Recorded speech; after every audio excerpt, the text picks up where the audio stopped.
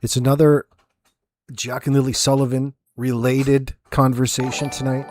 Thank you, Miss Queenie, by the way, and Trail Hiker. It's very generous of you. Your support means everything, friends.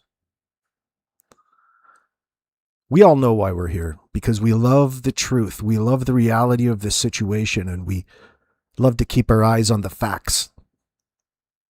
What I was thinking earlier on today, when it comes to, I'll come say hi to you. Hold on. I just hit my mic. When it comes to Janie,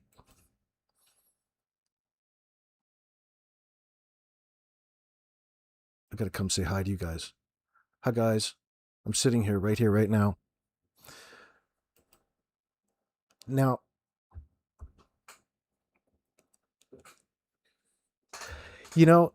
looking back on Janie's interview with the CBC, it's so funny that nobody knows what happened to the kids, yet they're so adamant about what did happen. They've got Janie, a third party, who is selectively wanting to insert herself here and there when it's important, but doesn't know anything, only heard the kids, but she's up there interviewing and demanding that the CBC come over so she can show everybody where it happened. It meaning the bullshit story that they're trying to portray onto us. Not 1 ounce of that story do they want, or can they, add any context to.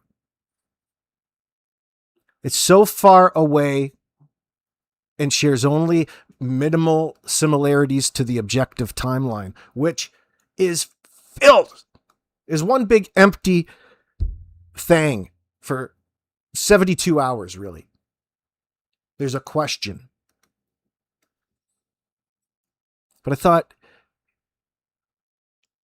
just watching Janie in that situation explain everything tells you her importance to their alibi. She's the nail that keeps this alibi going in the moment, because it's important for the responding officers. Okay. And let's differentiate between the local RCMP sitting down, eating donuts at the detachment, answering the phone, and major crimes units and experienced detectives or investigators on this case. There's a big difference. Those individuals weren't there responding.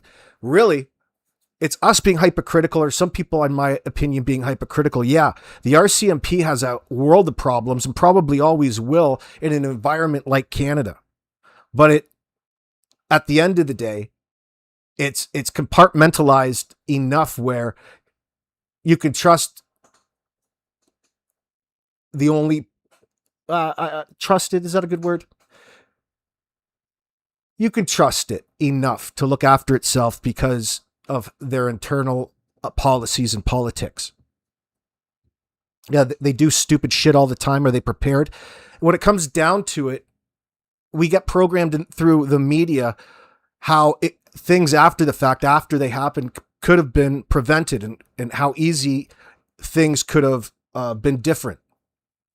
How preventable these things were. And for example, take a look at the mishandling, we'll call it, of that perverted orthodontist who went on that murder spree around Truro, who killed 22 people. It's easy enough to say, yeah, the RCMP at that level, because they're also in charge of all of the other policing across Canada outside of Quebec and Ontario. So you get a mix of good and bad because of just simply what it is. There's going to be mistakes when you're dealing with the public. And yeah, things could change. They seem to spend an awful lot of money on instilling certain policies for particular political agendas.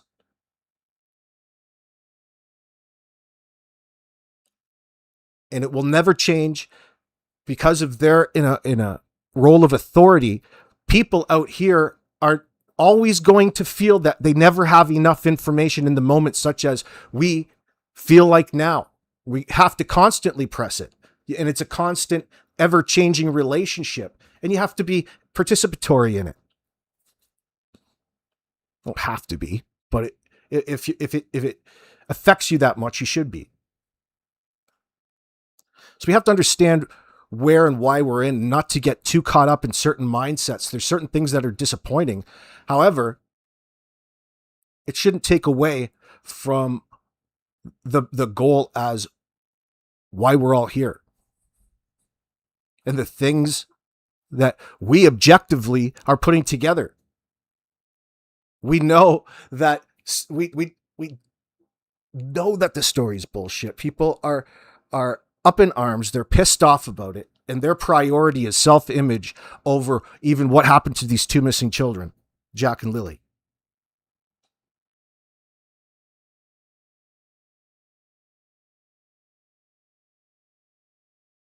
Good to see you, Lindy. Brian Sutherland, it's good to see you. There's nothing natural, including their behavior for the media. And yeah, you can argue it back and forth all day. You never know just how you're going to respond to certain situations. Yeah, but when it comes to this specific type of situation, look at who the idiots are to generalize on behalf and minimize the severity of the situation at hand. In fact, they want you to even question whether or not it happened to begin with, because they wanted to blame the other person for taking them in the public spotlight. Friends, like it or not, we have been manipulated nonstop throughout this case. Keep your eyes on the horizon so you don't get seasick.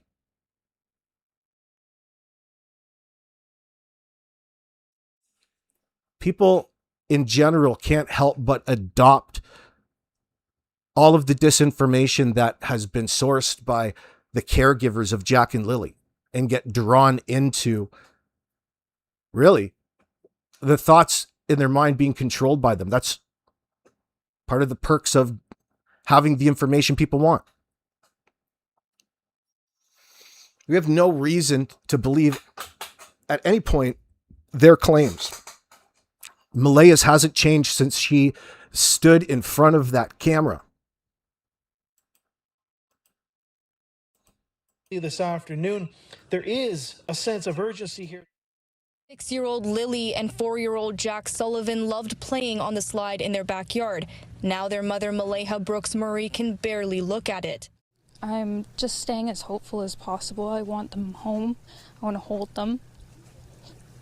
And I want them home. What happened was we woke up, I heard them playing in the next room beside us, and I was drifting in and out of sleep. And they're not the type of kids that we tell them not to go outside on their own. We always make sure that we're out there with them. She's saying a whole lot of nothing. But what she is doing is offering up an excuse and a story to everybody that's not even close to being acceptable. Just because you spew words out of your mouth doesn't mean that they automatically make any sense, Malaya. And these didn't. What she's portraying in front of the cameras did not happen.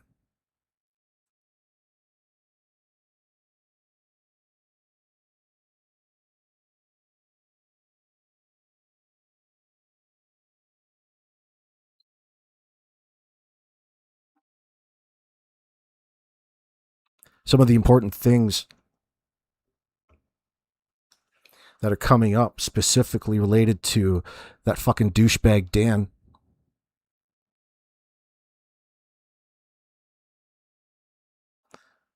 The 7th is his court date, July 7th.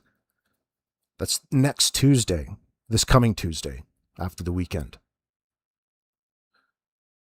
Around 7 days from that, the following Monday is Jordan's court date.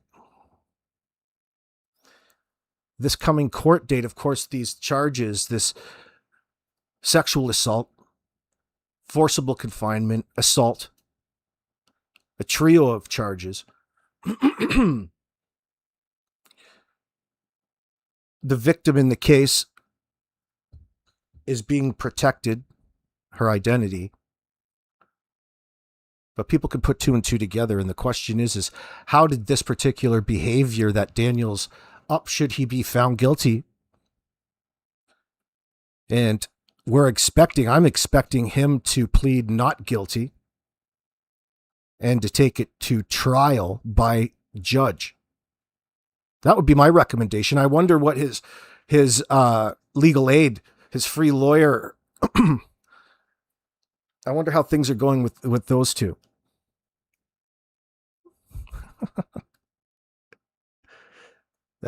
He's no Johnny Cochran, but he'll do. I mean, how good of a lawyer do you need just to do what Danny's needs being done here? I expect there to be some lengthy jail time, in my opinion.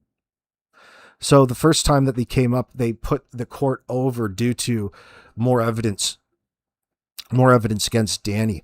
And it happened a second time, and I'm not sure if there's more evidence or that they just asked for more time because of the evidence that was submitted. It's unclear to me right now. I'm pulling a Zach Jackson. I'm doing some remote viewing, also known as using my memory.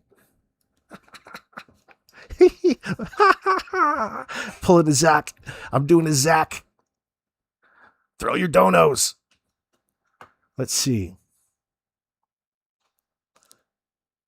So, presuming he is going to be found guilty at some point, you have to expect the trials to be coming late 2026 up to mid 2027. And it's based on all kinds of things, including everybody's schedules in that sense.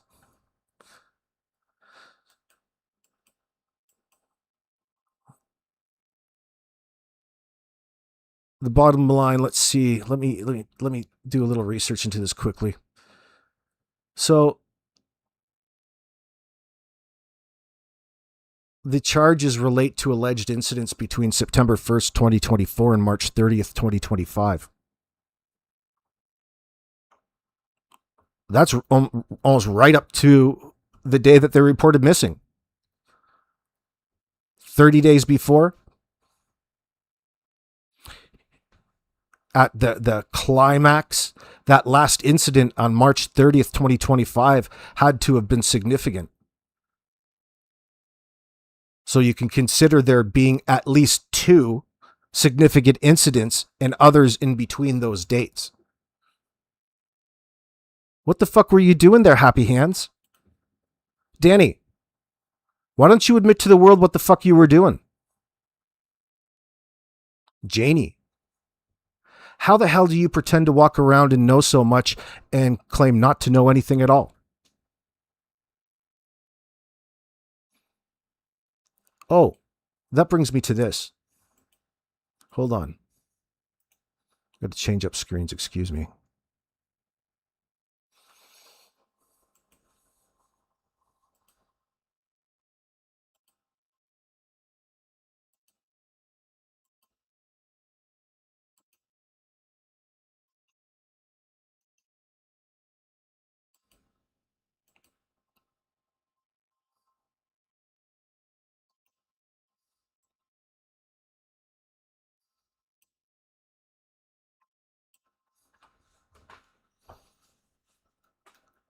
So, there's all kinds of talk, just in passing, about things that your mind at the time probably didn't focus on, things that Janie said about their whereabouts and what they were doing, specifically playing with wood like the tweakers that they are. Well, Danny sure likes his wood, and he's sourcing it has to be from his work. All right. I think they probably have a gig like making skids on the side. They've got all of the hardwood lumber equipment and things like this. It's on your screen right now. Apparently some McKenzie brothers work there as well, or do work for them. So if you go and take a look at all the shit on his back deck,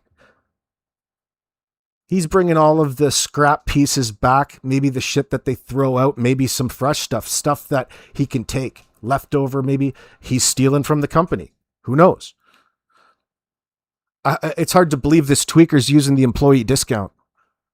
But he gets all of these random pieces of lumber and they're all fucking sitting around everywhere. Used to repair. No wonder all the places in his fence looks like a goddamn pallet, because he's making it all with pallet wood.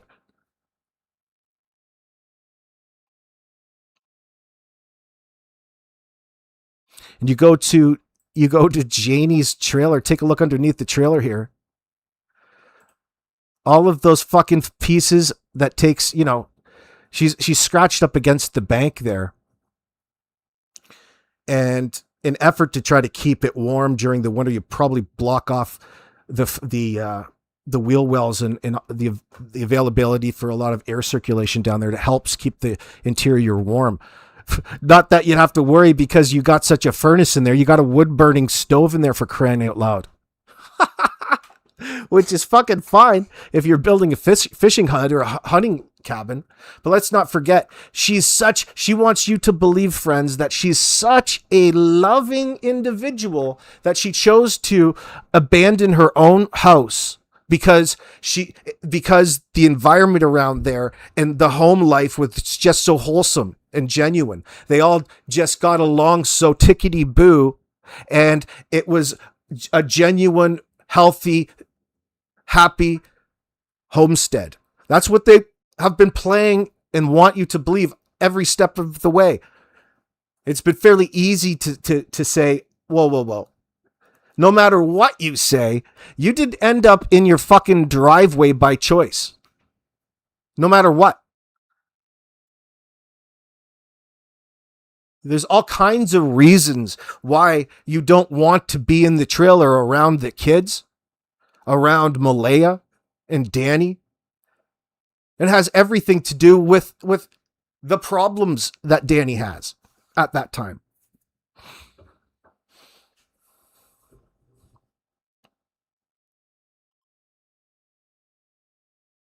So she's been anything but forthcoming.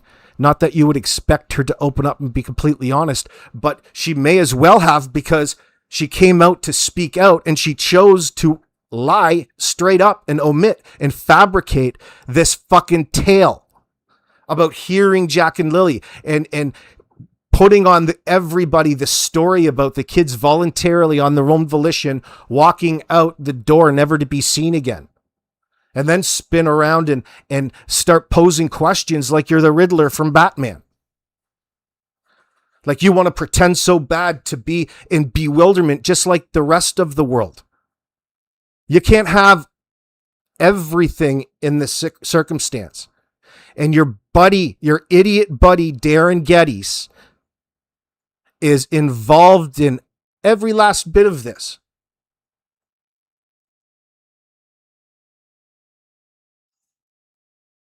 And he even makes an appearance in this CBC video. Walking away from the camera.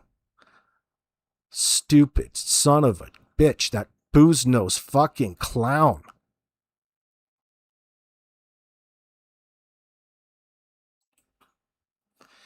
Now, word on the street is he's back at home.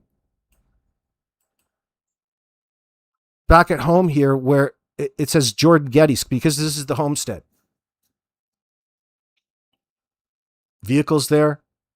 And let me tell you, I know you two fucking idiots are listening out there.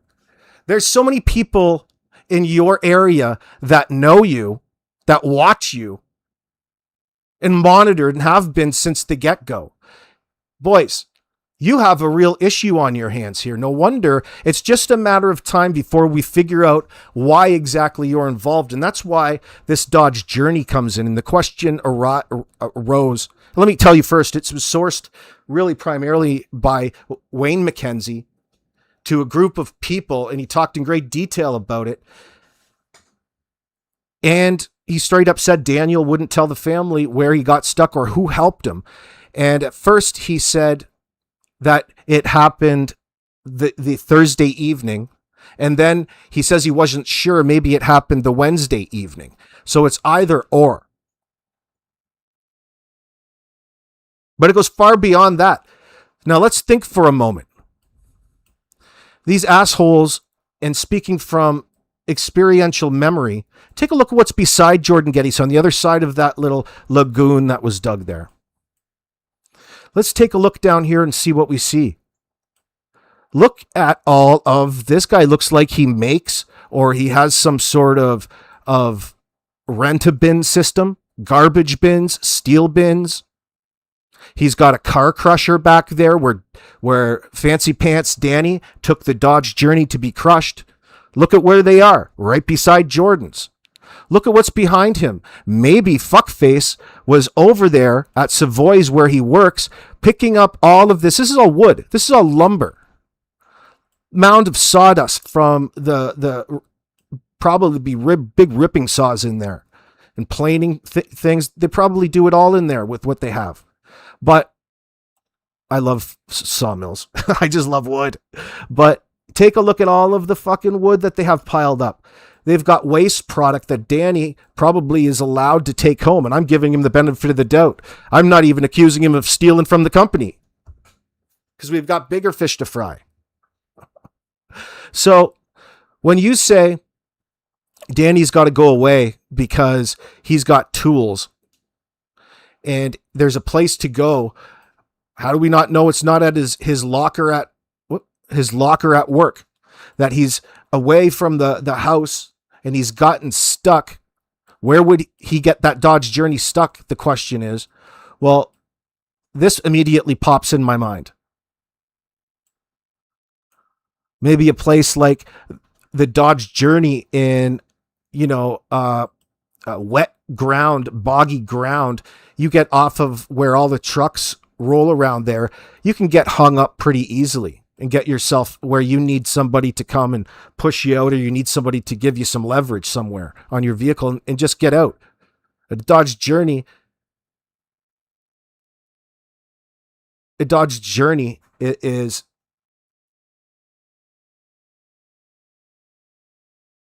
a car that could be just like that. Hold on. Let me see here. I got distracted. Anyway, Jordan lives out in the bus back here. Now, this whole section of property from Jordan's all the way down to where he got the Dodge Journey crushed, which is right beside.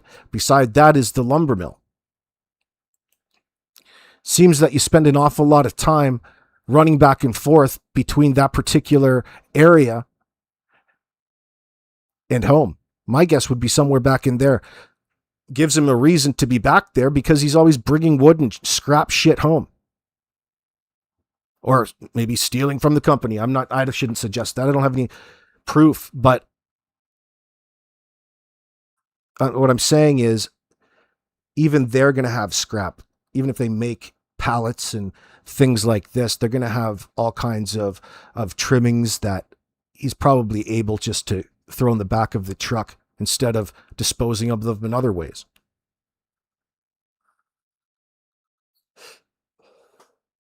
Strapping.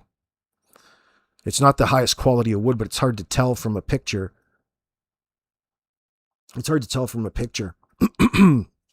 And specifically because they're untreated and outside. But he's getting the lumber from somewhere. That would be my guess anyway.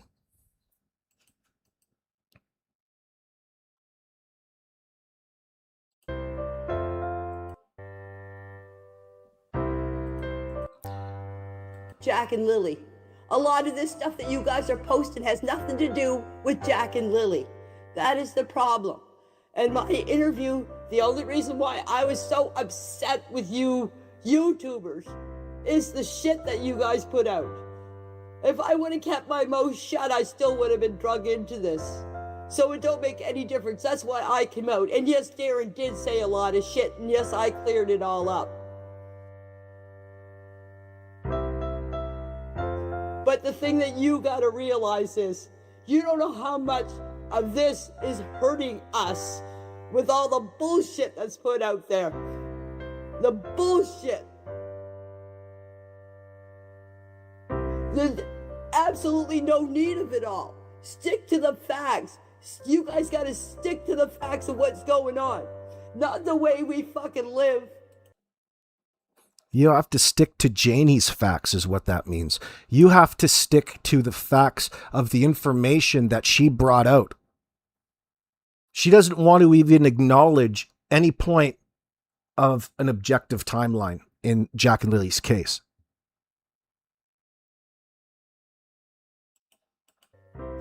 That's the problem. It's not about Jack and Lily anymore. You guys are saying that we are making a circus out of this. We're not. It's the YouTubers that are making a circus out of this. No, it's not a bunch of strangers on YouTube totally ruining the case and making a circus out of it, as you say. It's specifically you, your son Daniel, Malaya, Darren, and Jordan. That's plainly visible, Janie. What could they possibly be hiding? What an actress. But I understand it. She has so many brothers and there's so many people in her immediate vicinity that she has to lie to, right? She's speaking to her family. She's got a narrative to maintain, a story to maintain. Everybody and all of us are just individuals listening in. Who are we to question what she claims to be the truth? Have you ever heard of a lamer fucking alibi than the one that they tried to put on to us? This is a hoax. You're falsely reporting your children as missing to law enforcement. But really what you're doing is falsely reporting them missing as abducted. You can find the link in the description of this video. Because you want us all to come to that determination that they just had to have been abducted by someone because nothing could have happened in that home. Are you fucking crazy? You don't get any more close to a trap house than your fucking place. In fact, it's the definition of one, considering what Danny's all wrapped up in was at that time. We got no reason to believe he isn't still. But you guys have a world of fucking problems right now.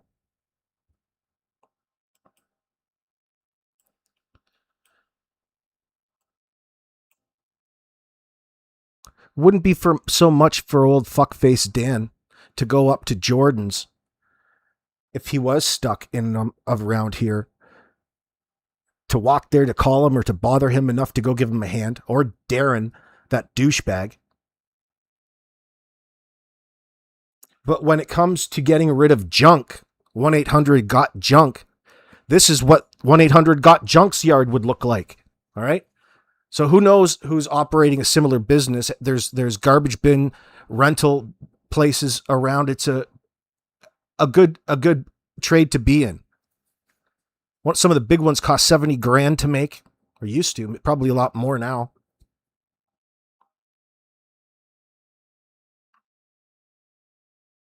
Geez, where would I go in an emergency where nobody would see me and getting caught would be such there would be a low likelihood of people catching you needing to get rid of bodies.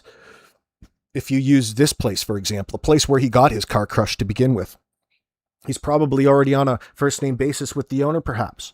Maybe Darren and Jordan are too. I'd think so.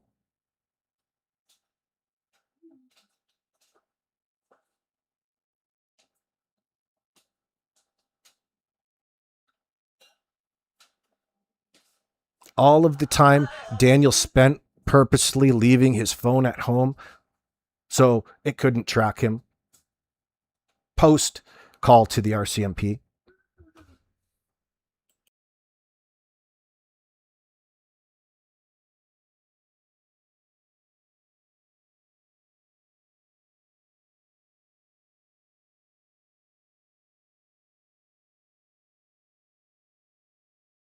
And They happen to just get out that sliding door and we can't hear it when it opens.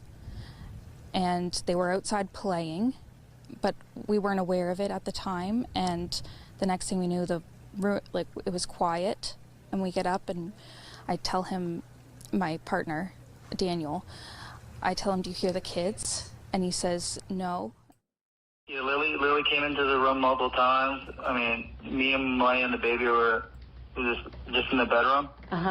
And Lily came in multiple times, so you know I seen her that morning, and Shut the fuck up.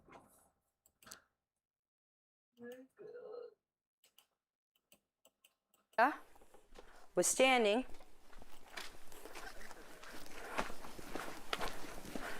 right here. There's that idiot. With There's that dimwit. Where you going there, fun boy? Why don't you give your friend some fucking support over here instead of leaving her to hold the microphone and tell the story?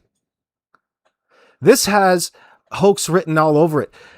There's so many things. The more that you look at this scenario, you guys really didn't do a very good job.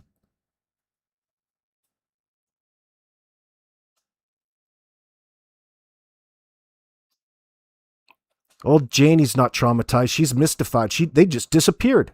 Well, let me get on with my life.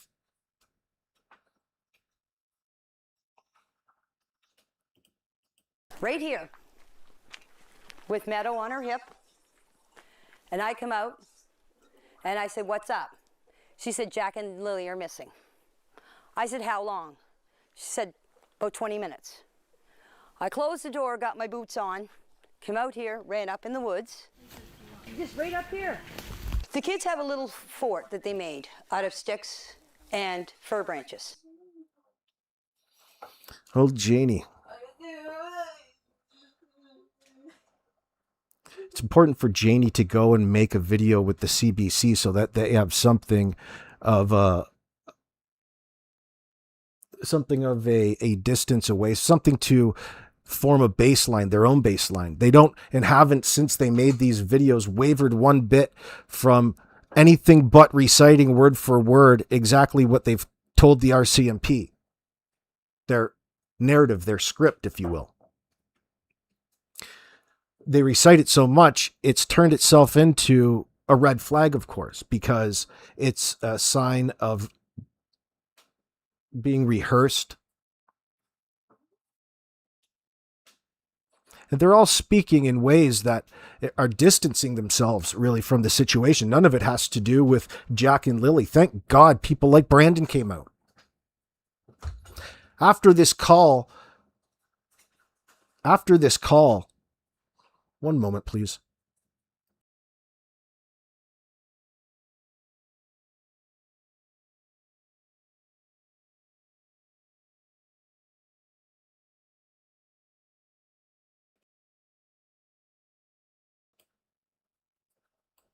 And that's where they go. You can see them and hear them. We went for walks in the woods.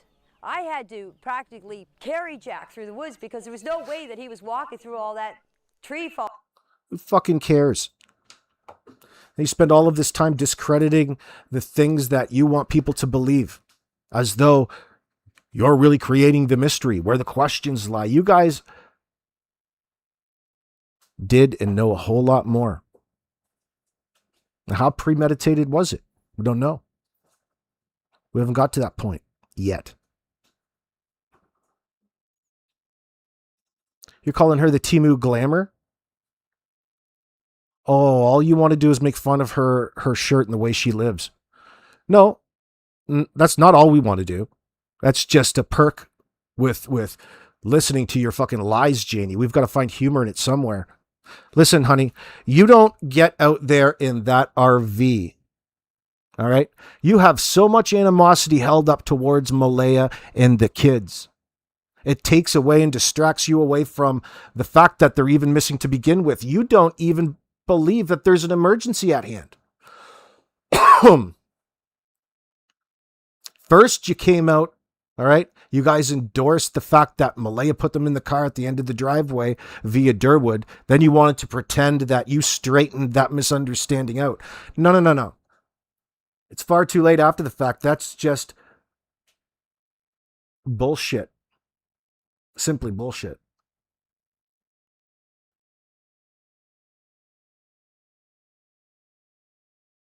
Yeah, Michelle, we know who that is at the end of the driveway. It's her fat fucking cousin Logan. Probably giving Danny a hand job. And bushes. I did this whole area. There's an.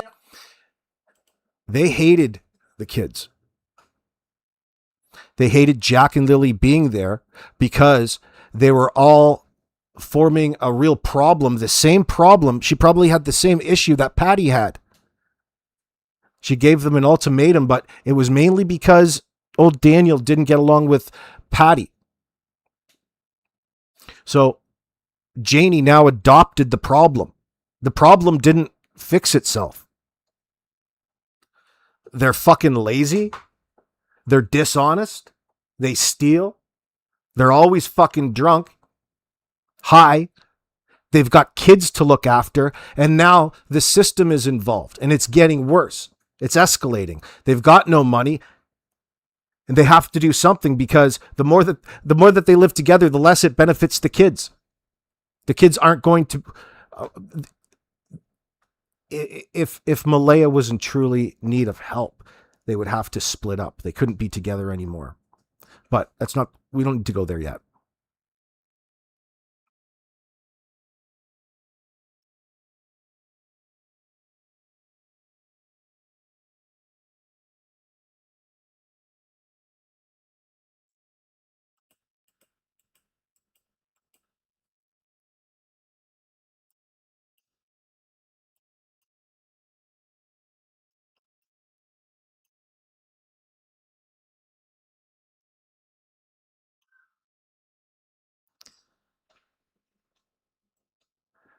You know, we've gotten important information out from the Mackenzie boys themselves as well.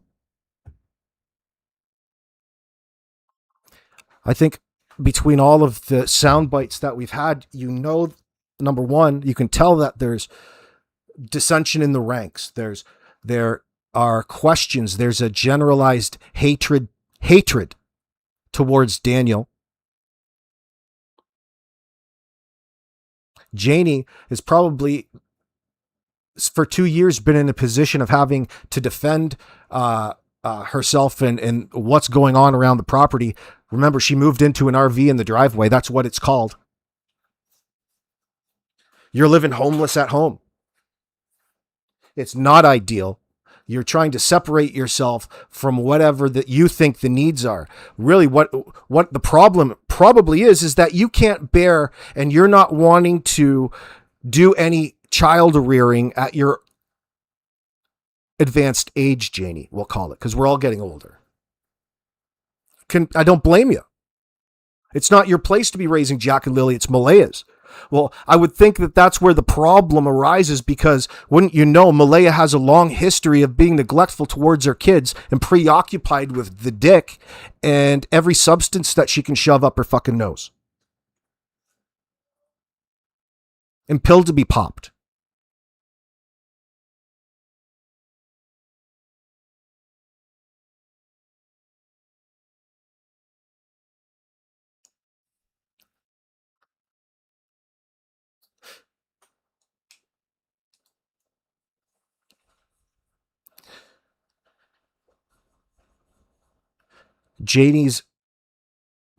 It seems that Jamie wants to claim to be extra vigilant when it comes to observing the kids when they're outside or when they get outside.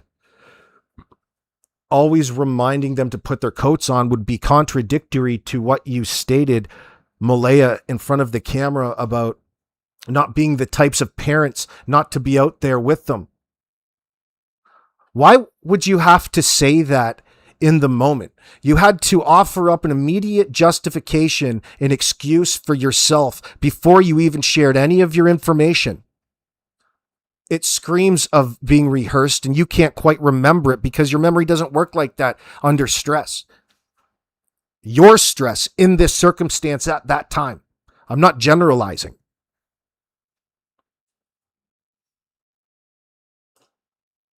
Everything that you've came out with from that initial claim, your story that day, your emergency that you called in at, you've spent, and this goes for Daniel and Janie and Darren, you spent every step of the way downplaying and offering up and really letting us know that you have more information, that it never happened the way that it was portrayed on the media, that really what that means is you didn't tell the truth. Okay? You contradicted yourself immediately in weeks up there on the CBC interview after your first polygraph examinations.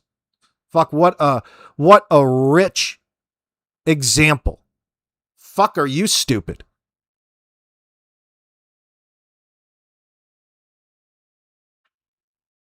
And let's not forget what you really did up there that got edited out of that 2-hour interview that you were in that chair with the CBC. There's so much that they have publicly that they haven't released, okay? But they edited it down because you were up there on the CBC for an extended period of time blaming Malaya, telling everybody how you're going to have Meadow and come be visiting her while she's in prison because you're in front of the cameras trying to convince everybody that she has the kids and she has had this all arranged. Well, that's a really big difference from what it is that you told the cameras and what you told dispatch.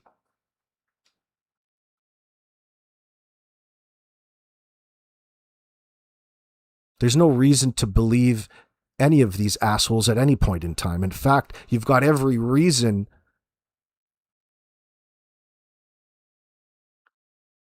to be looking far deeper into the lies that they're telling. The red flags.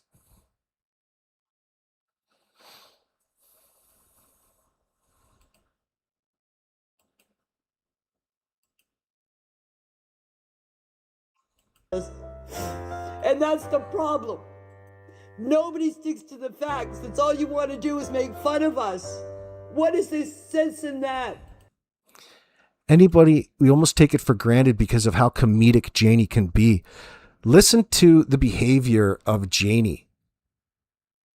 Listen to how manipulative, deceptive she's being in this circumstance. She's acting. She desperately needs you and wants you to believe that she's innocent. And the shit coming out of her mouth. Only a guilty individual, a person with guilty knowledge would be acting like that. But she's goes above and beyond. She's a vindictive, mean fucking bitch. Okay? She is the epitome of evil in this circumstance. This isn't just going along with an alibi for the police behind the scenes and everything is hush hush and we want our privacy. She is taking it to the next level. That has nothing to do with Jack and Lilly. Bitch, we don't fucking need your dumb ass to tell anybody out here what's relevant to Jack and Lilly or the situation with 2 missing children. We don't fucking need you. Nobody needs you to dictate what's real, what's false, what's true, what's not, because things don't change in life. There's an objective reality going on that you guys are clearly detached from. We don't fucking need you to tell us what's true and what's not. You have that need. You have the need for people to fucking be fooled and think, oh, listen to how passionate she is. You have a need to be deceptive. And it has every fucking thing to do with what happened to Jack and Lilly and the post-disappearance, we call it. Post-incident. Post-thing that you're right involved in being an accessory to covering up. on Malaya's behalf, on Daniel's behalf, Janie. And it's intriguing to try to figure out why. It's obvious. It's clear. We see you're lying. That should intrigue you and tantalize your imagination.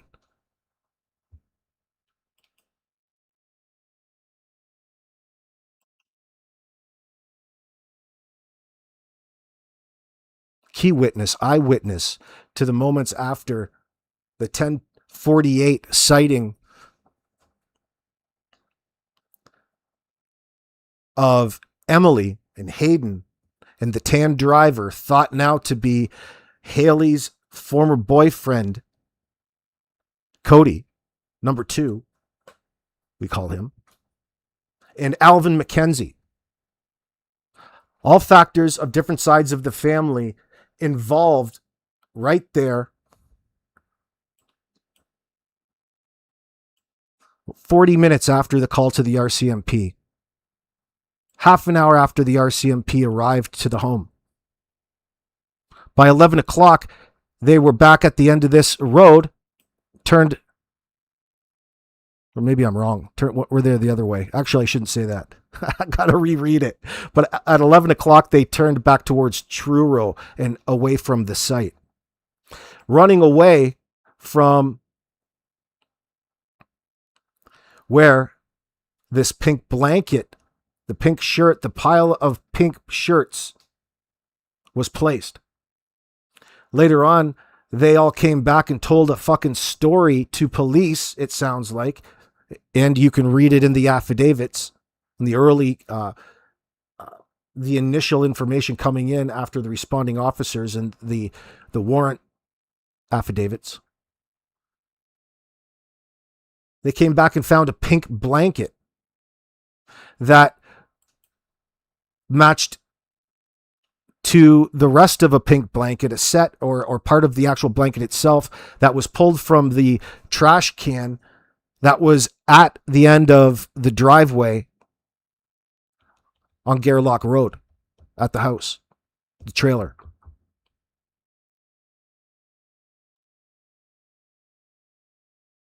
That's so fucking interesting. All around here, this is Brandon's map. All around here, there's sites of evidence, other children's clothes. They all have certain things in common that are all related to the age range and size of the children, Jack and Lilly, age 4 and 6 at the time. Several places where there was clothes hanging, reportedly, a pair of underwear that were blood-soaked, and a headband. There's, let's not forget, the diaper dump. I wonder whose diaper dump that could be. What a fucking disturbing scenario. And what does that say? Like, who else is going to be using that as a diaper dump other than Daniel and Malaya, who have a history of stockpiling diapers because they just dump them, they dump them anyway. You don't want to pay $400-$500 per bag to get rid of them. That's how much it's going to cost to take them to the dump, probably. You know, I'm sure $2-3 per garbage bag household is a normal thing to charge. So hell, why not just fucking take them out there and dump them? What does that tell you about the types of individuals that they are and what they do when things become difficult or a problem in their home? They take them out somewhere and they dump them. Isn't that just like what you did with Jack and Lilly? Isn't that just what you did with all of the vehicles? You smashed them up. Specifically, example, the Dodge Journey.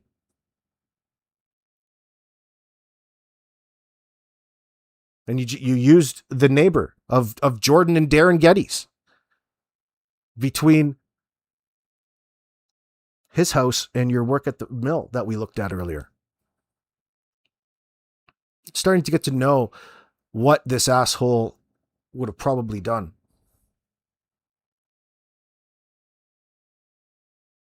But still,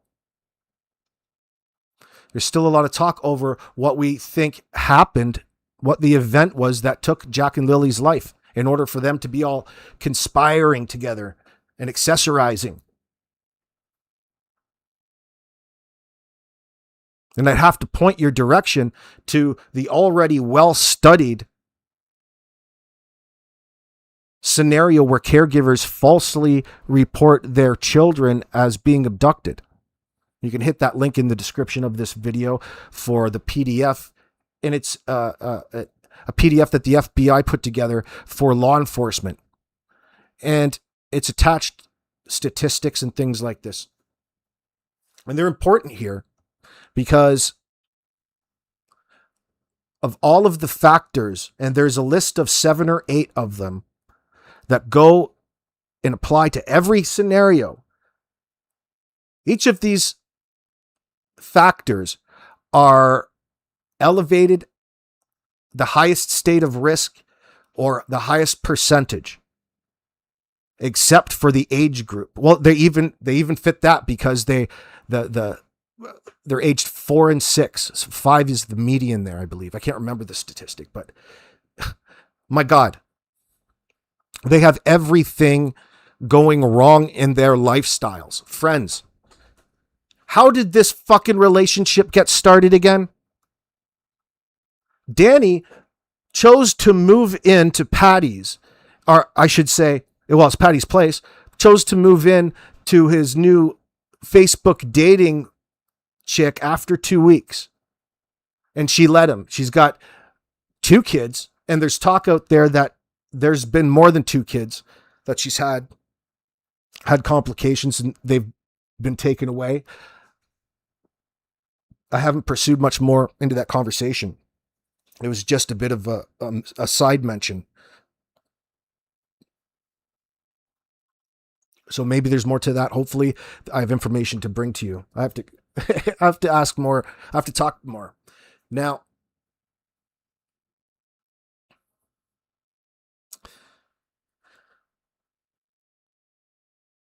they told police, this came in the unredacted portion of the affidavits, that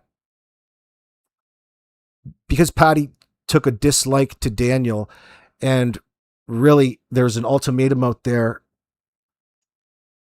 I think that the ultimatum is come by way of Daniel. That's his word for it. But the reality is that Patty wanted Daniel to fuck out of the situation. Malaya still hasn't gotten herself into a place where she's a responsible adult, and hopefully Patty was trying to assist in that at one time. But old Malaya is too preoccupied with all of these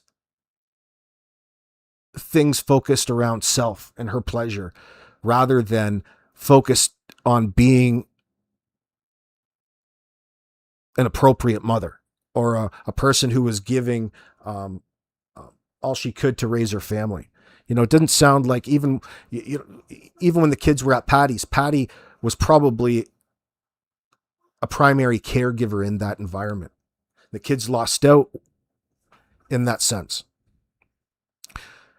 So how long was that? How long after Danny moved in did Patty kick them out? And Janie wants to make that look like as though she did some sort of amazing thing. How she wouldn't, she was insinuating that Patty kicked them out in the cold, kicked them out on the streets. Malaya has every opportunity, and she had choices to go back to the res and have a home. She had choices in that sense. We get that information by way of Wade. But instead, she moved into Daniel's, which is going to be amongst Malaya's extended family, probably not preferable. They didn't want her to be with this weird new dude that she just met, the man of the hour, who was lying in her ear, hooked on fucking the mathematics, hard drugs, and violating her in all sorts of different ways, in felonious ways. Between September 1st, 2024 and April 30th, 2025 kind of ways. What he's on trial or what he's in court for right now. So it seems to me that we're on the same level as the RCMP up to this point, as we get to learn about everything that went on. And guess what, Janie? Unfortunately, everything in your lives have now became relevant because of Jack and Lilly not being around the house anymore. You fucking idiots don't even want to admit that what the issue really is. Oh, they're still living because your heart says fucking so. What are you, smoking crack?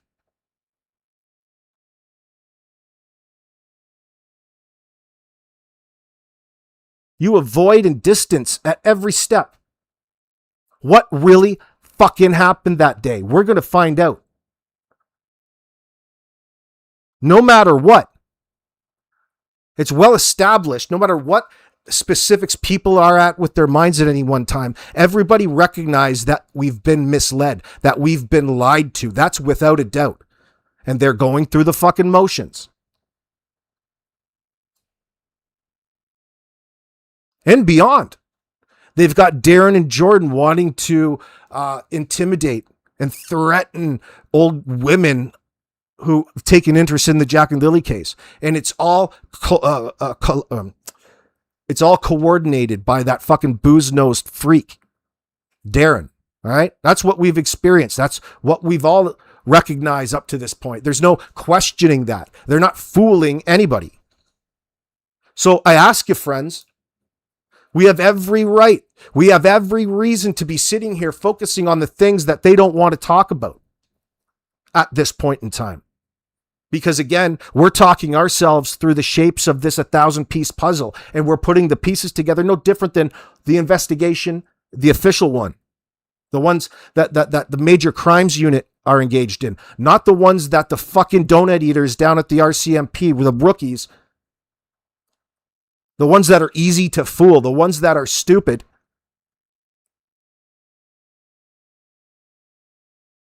Should they exist? You get the PR police, the people who cry for you, who want to share in your plight. We're interested in the investigation that operates parallel, that they don't talk about in front of the media. We all know what the issue is.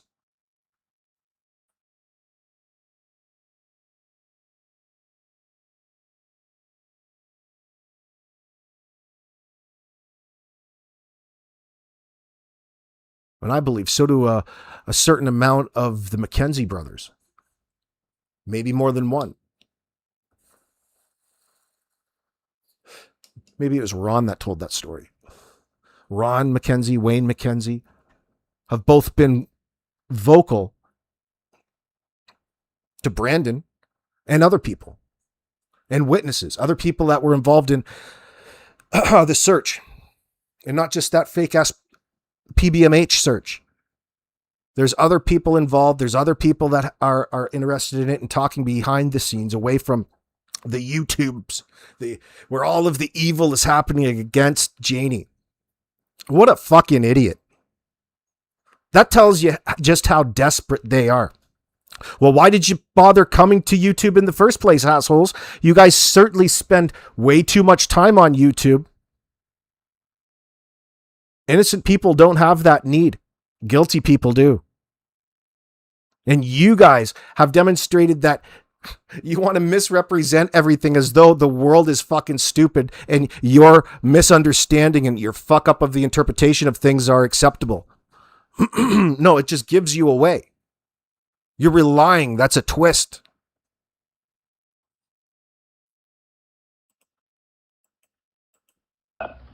Jack was out playing in the kitchen, I'm guessing, and they slid open the back sliding.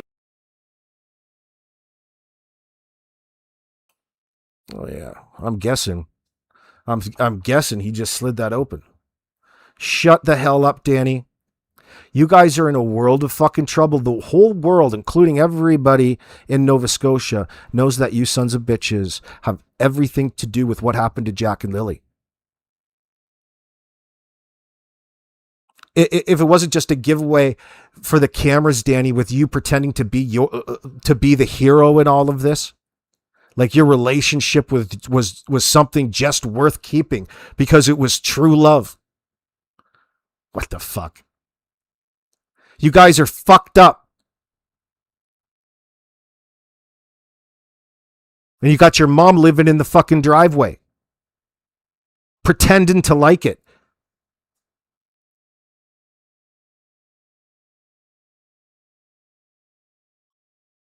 Door.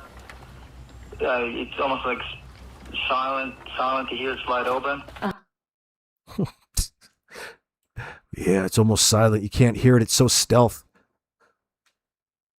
Every fucking buddy in Canada, everybody in the US all know what a sliding door is. They probably have one. Even if you live in an apartment, you have one.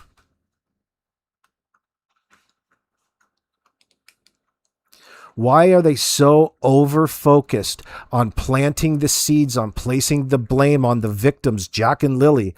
This was their main focus, not the primary one. Their primary one is themselves, their innocence in anything. What do I mean by anything? Exactly, because we could never get that anything out of them. What does that mean?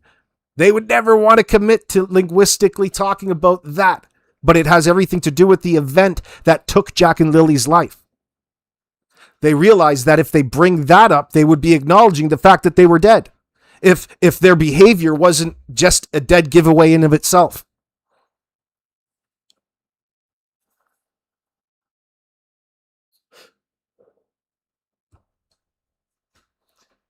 People spend most of the time focused on the part where they were victimized. Shouldn't you be standing out at the end of the driveway? Why are you standing here in front trying to claim that all this happened and it was the kid's fault because you and that sliding door is silent? Well, it's not. You just want to condition the audience into believing whatever your claims are going to be here. You could make the same argument by talking about how loud the door is. Couldn't you? You could sit there and that, my friend, this door is completely subjective to the person. You could make an argument about how quiet it is, or you could make an argument over how loud it is compared to whatever other thing that you're comparing it to. But let's compare it to the important part, which is your fucking ears. This is bullshit. This is a part of the story that you are making up. And it's not even rational to a person who wants the world to believe that they've just been victimized by a stranger abduction.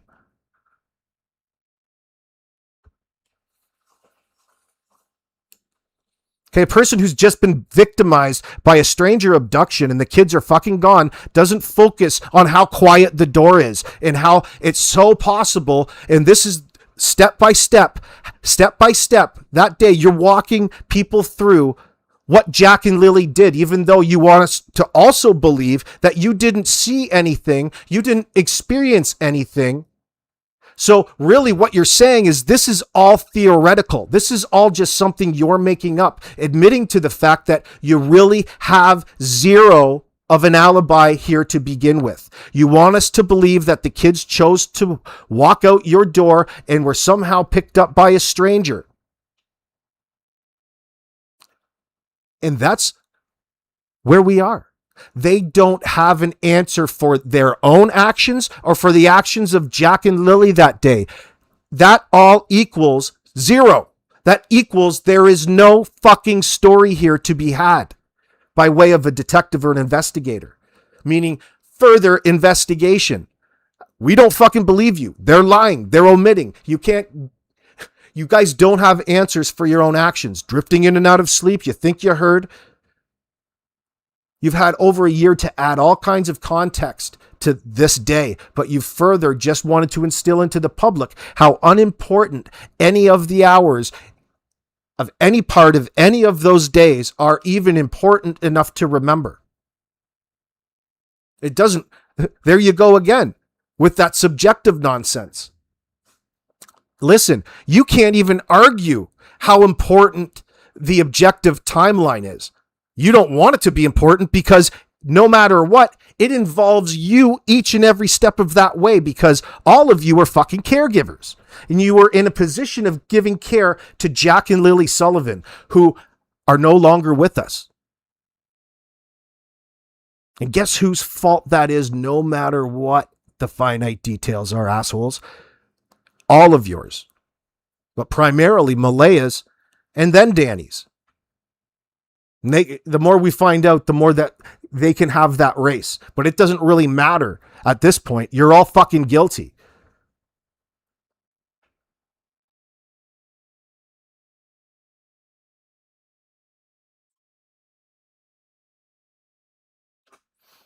Not even important, Sharon, but why I'm saying that is don't get caught up with this bullshit fucking story, any of the information in it, because none of it is relevant to what really happened to Jack and Lilly. None of it even has anything to do. It's a made up story. We want to focus on what really happened based off of the things that we do know.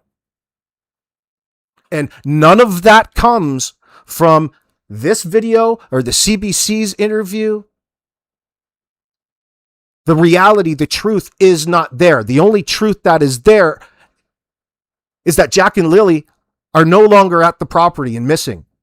And nobody can account for them after 2:30 on that Thursday, if that is even real.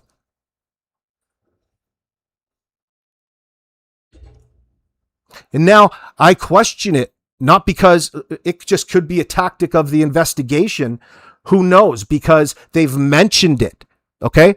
They've mentioned it. There should be so much fucking videotape out there if the children were abducted, which nobody believes that they were. There's no evidence for that.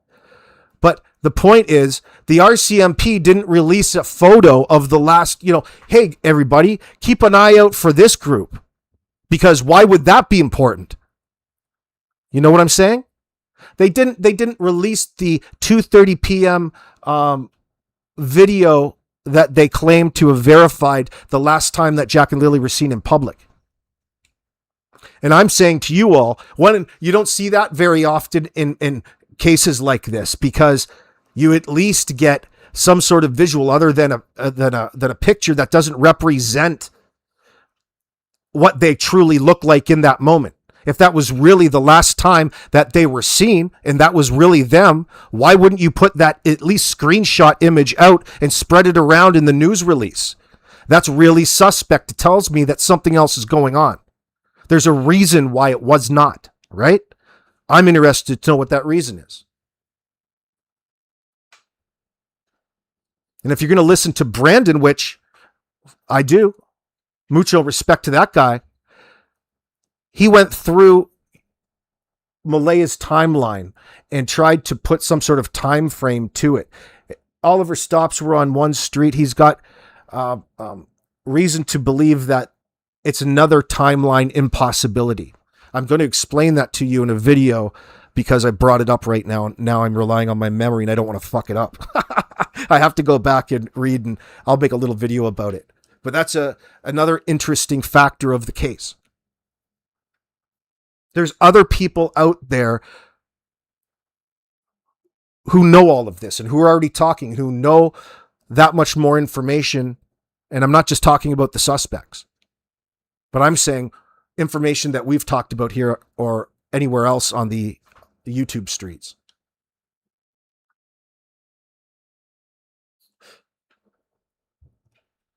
The real story, the real interest in this situation doesn't involve anything, even though, of course, you have to understand what's going on. But by the time you get to the end of what we've been through for the past year, you realize that everything that you've come to learn by way of the story in the media is completely 100% false.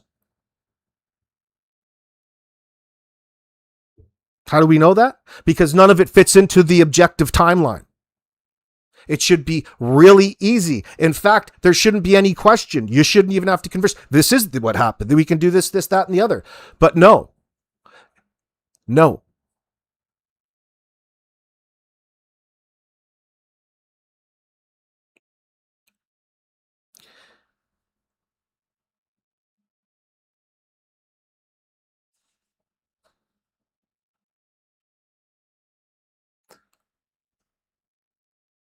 You almost wonder about Wednesday night. Well, don't we all? Because early on, Janie says she saw them. Snacks played with them Thursday before they left. Other accounts she doesn't mention. Oh yeah, that's Thursday evening. Thursday evening, Miss Queenie. That's her story, Miss Queenie. What you're saying. The story that is in the affidavit that Janie gave police, she mentions initially that she gave snacks to them when she told them what happened on Thursday. The Thursday evening. It's not the Wednesday. But you're right. Because she goes on to other people's shows and, parrots this situation, and she omits because it came up again when people asked her about seeing the Lily's black eye that Danny claimed that Lily had gotten at Patty's on Wednesday. That's how that resurfaced. Appreciate you, Quillfish. Good to see you. Hope you're healthy.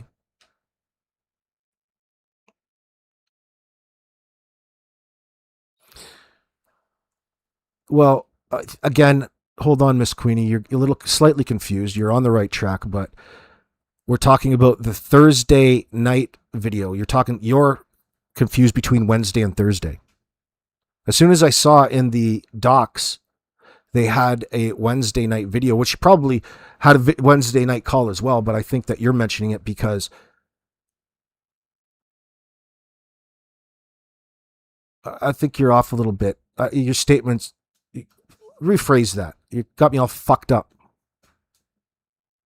Now I'm not fucked up because I don't know. I know this fucking bullshit up by heart. I have to get up here and vocalize it all the time. I know my parts. It's just what happens. I'm not saying you don't know. I'm just saying you got me confused because you're confusing two things and why they're relevant. But I'm with you, Miss Queenie. Yeah. In other words, you're saying Janie has told these accounts in different ways. Exactly. And specifically around her interaction with Jack and Lily. Which, what would tell you what? What would Judge Judy say? When things don't make sense. It's a fucking lie. Of course it's a lie.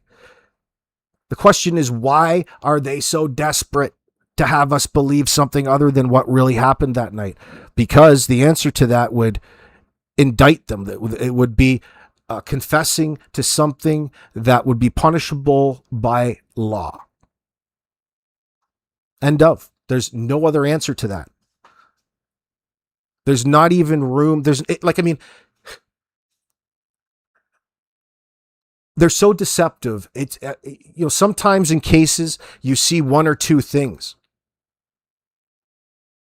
Here, it's just a mass bullshit event. Every step of the way.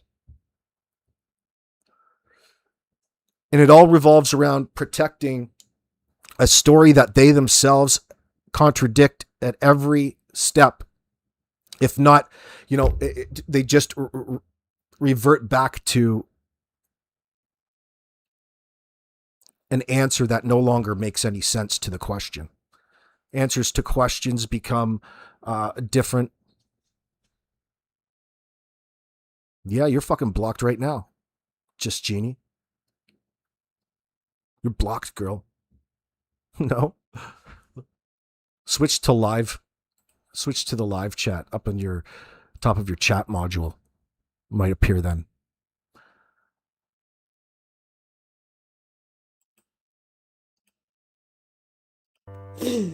You guys make me out to be a fucking evil person, which I'm not. I have a fucking heart of gold.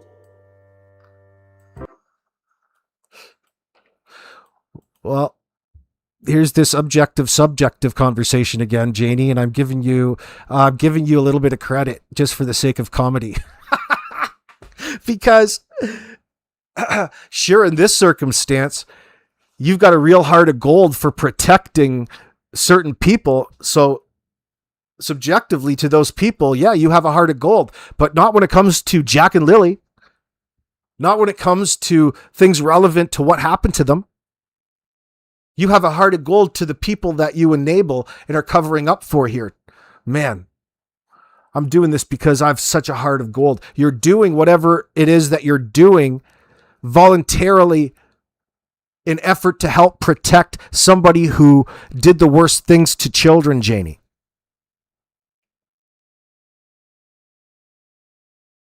That type of heart of gold. Fucking heart of gold. Oh, I've got a heart of gold. Fucking crying it. You're crying it too. This is affecting me so much, y'all. This is affecting me so much. And that's the problem. Nobody sticks to the facts. That's all you want to do is make fun of us. What is this sense in that? That has nothing to do with Jack and Lilly. You guys make me out to be a fucking evil. How is it that this idiot Janie sits there and every step of the way and wants to spin around, and her nail in the coffin, her trailer that has nothing to do with Jack and Lilly? Bitch, everything that you've mentioned has nothing to do with what happened to Jack and Lilly. You want to dictate to everybody what's important in an investigation? You want to dictate to everybody what's important to the police process? You know the truth. You're able to tell people all they have to do is just believe you. You're not here to lie. Yeah, you are. Yeah, you are, you crazy old bitch. Because you've been lying every step of the way.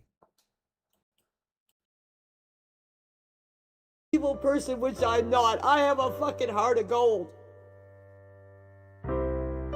If Jack didn't want to walk, Jack wouldn't walk.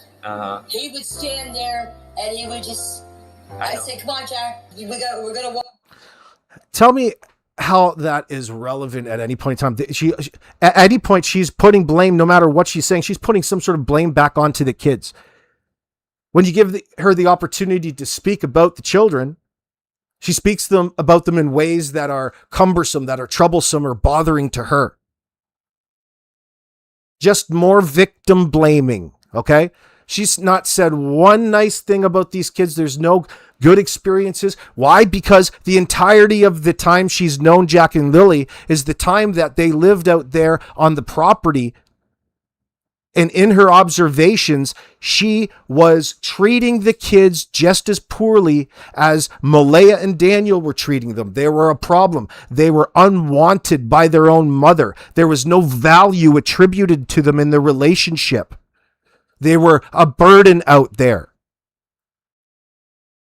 And Danny, he's going to save the fucking day, this tweaker. He's promising at Patty's, he's promising Malaya the world. Listen, let's blow this popsicle stand. Let's get out of here and play house at my mom's house. Let's get out there and move into the trailer, to the farm, we'll call it. Farm, it's a fucking broken down trailer with a rat infested chicken coop in the back with only roosters that all fuck each other, probably.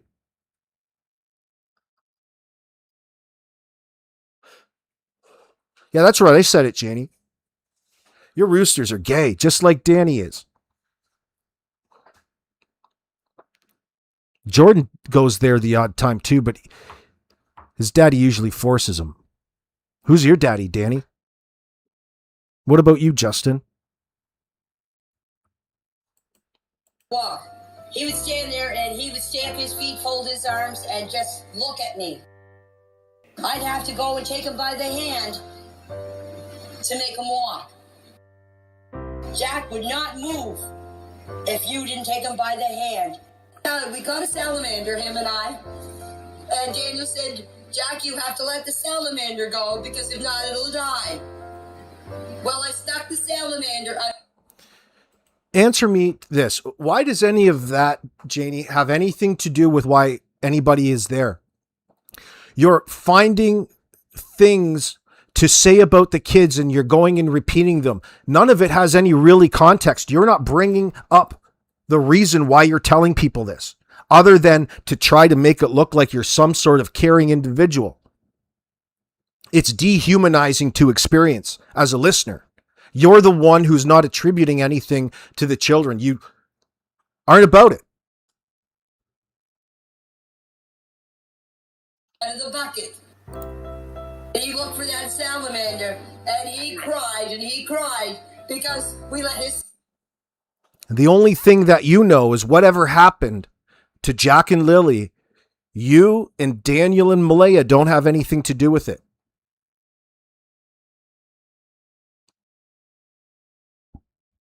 That should tell an investigator so much right there. No matter what happened to Jack and Lilly, you have everything to do with it as their caregivers. You would feel responsibility for their well-being.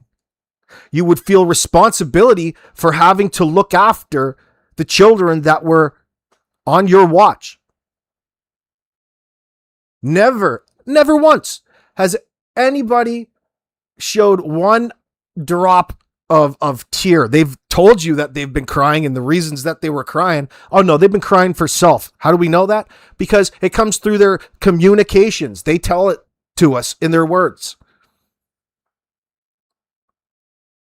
Their primary problem through this entire disappearance has been YouTubers, people out in YouTube land insisting that they're guilty of all of this. That's been their problem. No, your problem is that you don't have an appropriate, proper alibi. Your problem is the words that come out of your mouth set off so many red flags, it doesn't give anybody, including investigators, any reason to look anywhere else other but something happening within the home. And that includes Janie, because it's Janie's home.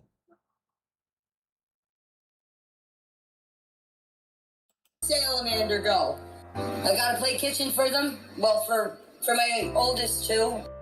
If a bug got around her, she would scream. That's all they ever, from what I observed, they just played on the squeeze. We hear you repeat that over and over and over again. That's not really a portrayal of what people are expecting to hear. Really, you're straight up talking shit about the kids. And on behalf of Jack and Lilly, fuck you, Janie.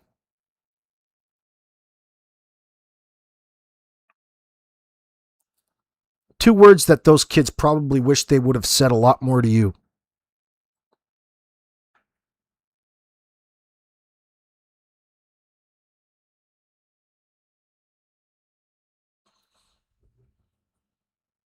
A lot. They would run around the yard, and that's all I ever heard was Lily say, come on, Jackie, let's go, Jackie, come here and play, Jackie, come here and play.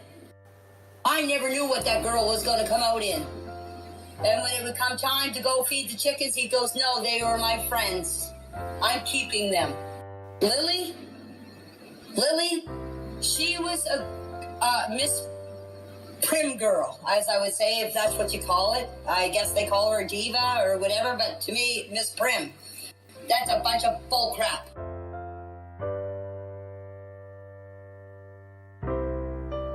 But you guys don't realize that. You know what it would be like if you were in our shoes, being accused of somebody killing kids, which we never did. Sounds like you're in the principal's office.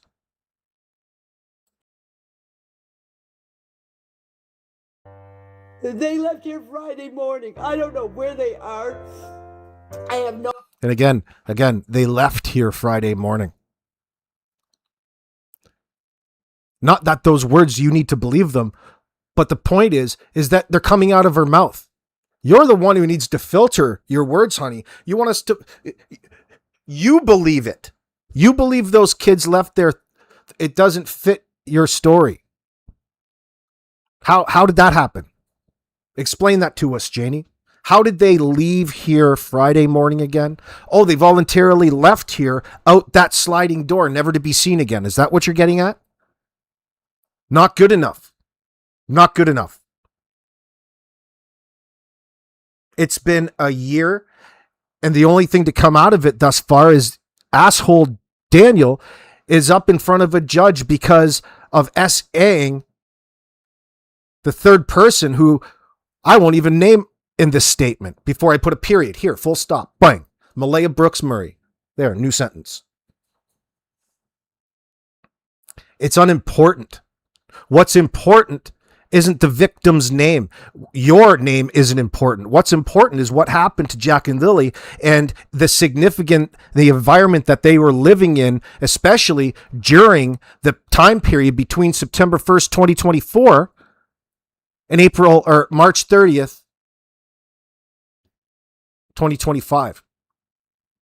Those are the dates in which these charges are based upon. And they have everything to do with the people who were in a role of caregiving over the children that they falsely reported as missing to law enforcement and as being abducted because there's really no other alternative. But all up to them, they wanted to make it look like they just wandered off on their own, and that would mean that they would just be in the bush. But they're not in the bush. And let's not mention there's 2 children, not just 1.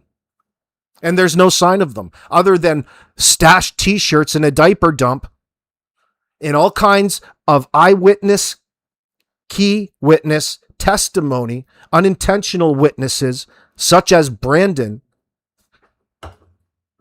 Unintentional witnesses, such as Brandon, shattering what fragile story that you're really corroborating for police, would the term would be.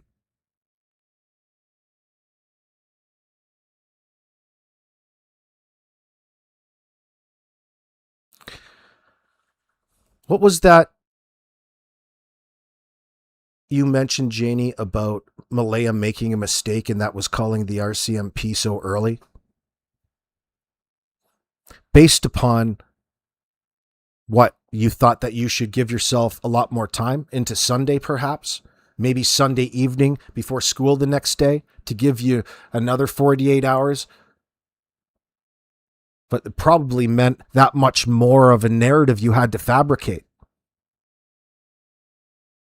Nobody, including Major Crimes, believes your bullshit story. That's what keeps this case alive.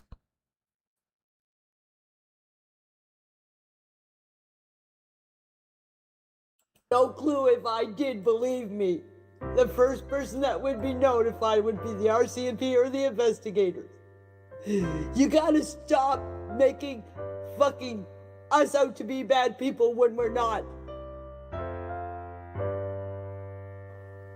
There's 2 sides to this. You gotta realize. You know. No, there's not 2 sides to this. 2 sides to what? Isn't that a bit revealing to you people out there as well? I don't know. No, there's one side. There's the truth, Janie. There's the truth as to what happened and the events leading up that took Jack and Lily's life. Everything else will fall into place.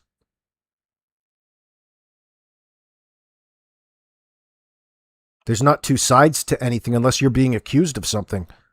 Is there a story out there? Not really. That's a major problem here. Because even when you strip it down to the bare bones, you guys wanting us to imagine you all were sleeping and just heard them wrestling around in the middle of the morning on a school day. And then they voluntarily left because it just became silent. You guys were sleeping in and out of consciousness. And then you come back and say you weren't in and out of consciousness. So there's a problem with your initial stories, and it's something that you're not going to be able to take back ever in this circumstance. You can try to get in front and offer up some sort of reasoning as to why that you constantly contradict yourself, but it would otherwise indicate that you're lying as fuckers. You're lying in this circumstance. You've distanced yourself and you're avoiding talking about the real timeline, the important things that really did happen. And you're not about to begin to spill the beans. They're going to have to do this the hard way. This is what takes the time.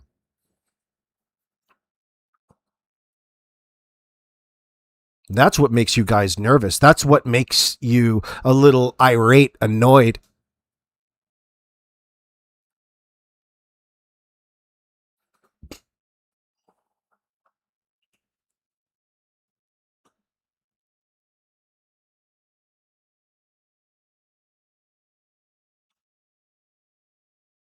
What was really going on out there that Thursday, that Wednesday? Again,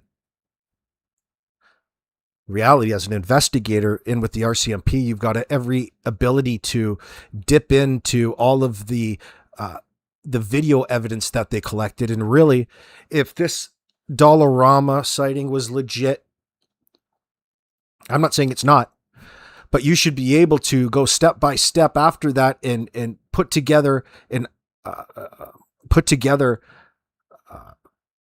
whole string of videos from different places showing your activity.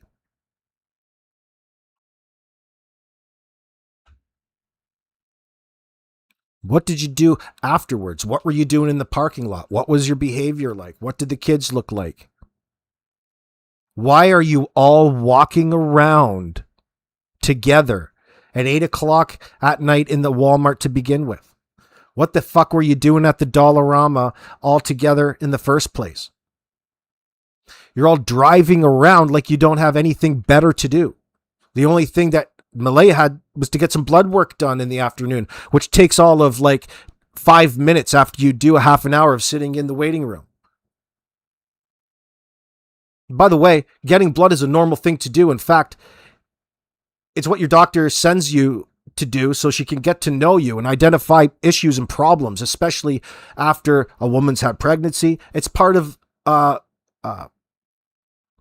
really what it is, it's a part of so they can identify things and potentially prescribe you all of those fancy medications they make millions and millions on. Maybe you too, if you've got some stock in the right companies, but getting blood work isn't a factor because it's just a normal thing.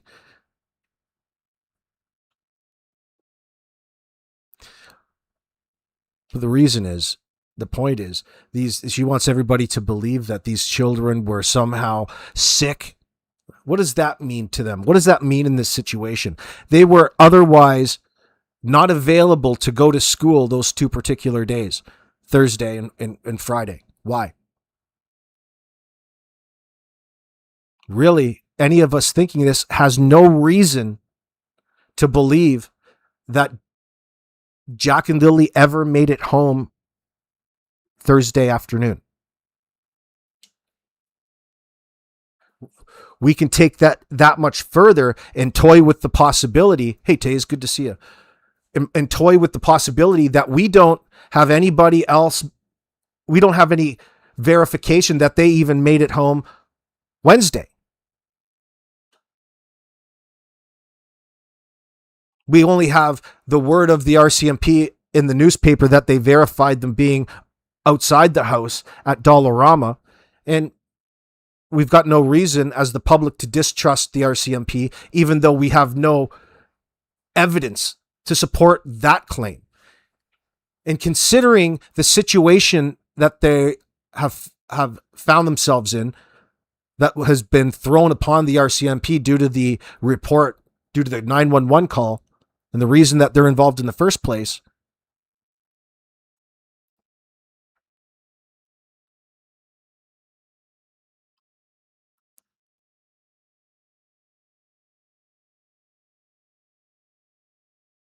I just said that, Mayflower. Yeah, she got a blood test Thursday. I was just talking about it.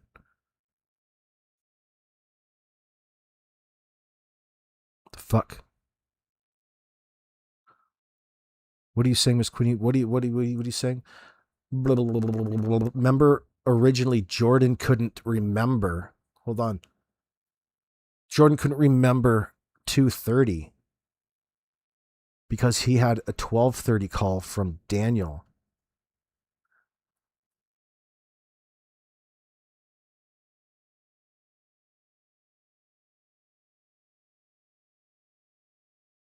Yeah, I don't know, Miss Queenie. Body in this circumstance isn't necessary. You've got such a strong circumstantial case, but it's going to take time to build. And that's what's been going on. They have to figure out what the fuck happened because they can't, and they've known since very shortly in that they can't trust the words of the people that were last there on the property. They can't trust Daniel. They can't trust Malaya's word. They can't trust Janie's word. And guess what? They're fucking experienced investigators. They don't trust them. It doesn't change the way that they have to go about doing things.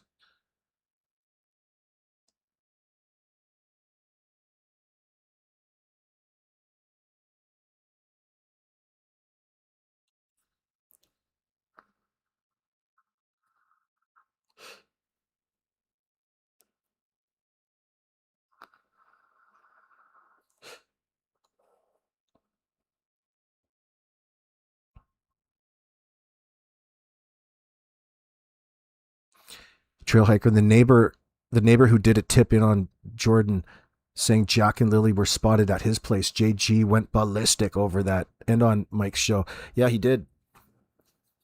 But the question is there, why is it so sensitive? And who's it sensitive to? It would indicate that Jordan is colluding. He's in the know. There's a reason. Is he doing it on behalf of Daniel directly, or is Darren's influence more of a factor? We don't know the dynamic. We know there's a connection. We know the potentials. There's a reason those two fucking idiots are involved. They're the ones who brought Kent into it.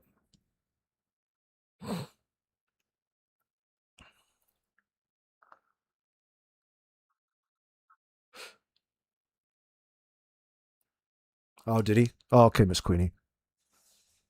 That could be. Wait, Jordan probably misspoke in that sense. Or you're saying that when he was discussing the timeline is what you're saying earlier, that he was purposefully fucking up the times. Yeah, I got that. I think that's what you're saying. Yeah, I can agree with that. I think that's what you're initially saying anyway. We agree because he's intentionally doing it. That's the important part.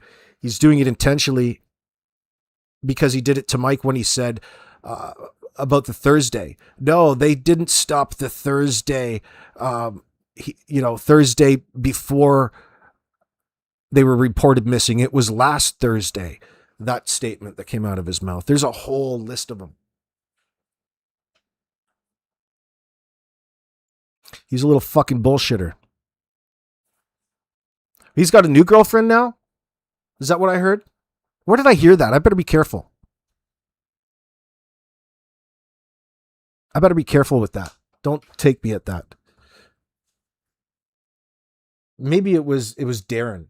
Darren's been spotted spending an awful lot of time over there at Jordan's as though he's back home living with the old lady. Maybe she's letting him sleep on the couch.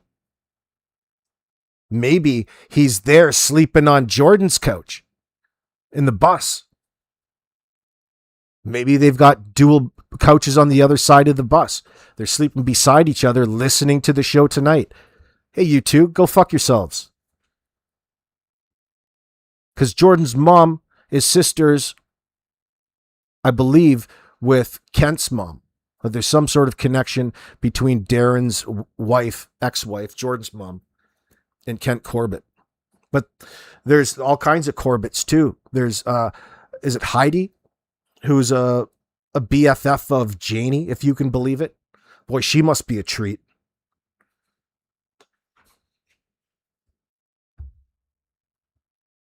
Whole bunch of them. Enablers and apologists for really child killers and people who bring and do the worst sort of activities, behaviors towards them. Worth talking about. That's why we're here. That's what motivates us. And this one terrifies us, friends, because Jack and Lilly really had nobody in their lives. And they were put in that position on purpose by their moms without any foresight. There's nobody other than the teachers that they were allowed. They couldn't have done any more, it sounds like, to try to save themselves. They didn't know what they were in because they don't know any different necessarily, but they know that they didn't like the way that people were treating them in their immediate environment. And on top of that, Danny says his own kids are even talking about how abusive they thought that he was towards Jack and Lilly and themselves and Malaya. And it all has to do with locking them away, locking them down. Being parents wasn't a high priority. That's not the only bad part of all of this. Why the fuck are Darren Gettys? And what's interesting about this at this point, what's even more interesting about this asshole booze-nose bastard's association to the case, he has to be involved somehow. It's just a matter of figuring out how much and where. We got to put a finite on what we believe happened to Jack and Lilly first. That would be nice.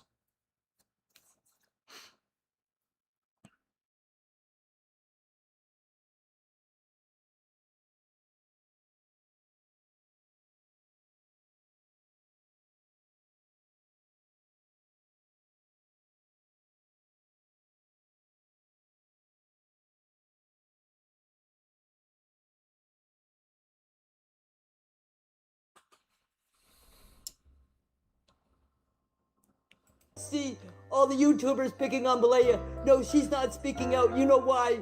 Because she knows what's going on. And she's going to bring Daniel down as much as she can. Because if she goes down, she doesn't want Daniel to have Meadow. Look at it. Look at the facts.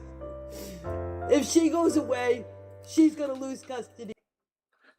Yeah, Miss Queenie, you're not far off. Durwood talks in circles constantly. He says everything and agrees with everything and disagrees with everything just to stir that much more and make the environment that much more obscure, because he's wanted to position himself as a person in the know when it comes to the people who are last on the property. But really, he's got a lot more reason to be there. Okay. Don't be fooled. There's no reason for a person like Darren Gettys or any of them to be involved in this in the first place. In fact, it's highly inappropriate and suspect. There's a reason for it. But the more that you come to learn about it, the more you realize that there's more people involved with it. Like, I sat down and counted them up, because over on Mike's, Anita Maxwell likes to say, there's 9 people. I think there's probably more than 9 by now, Anita. Which is ridiculous. You know, what is tying everybody into this? And drugs is only part of the reason. The people that are Daniel has incorporated drug into this, so to speak, have a lot of, I'll say the majority of them have drugs and the underworld in that sense in common. They know what happens and what they would do to somebody, and they can trust them to a certain degree with, if they ever need to get rid of a body type scenario. And that's just a generalized answer. Wait till we find out more of the truth.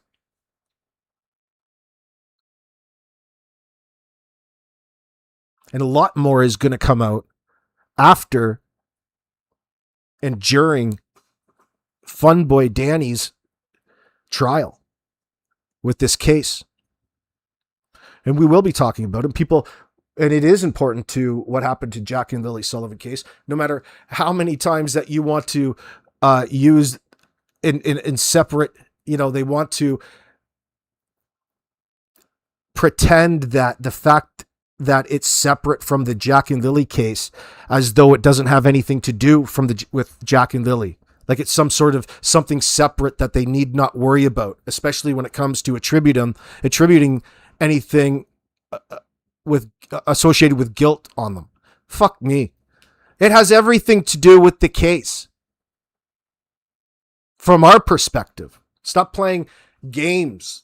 It has everything to do with what was going on in that fucking house. It's information that they didn't want to tell us, meaning Daniel and Malaya and Janie.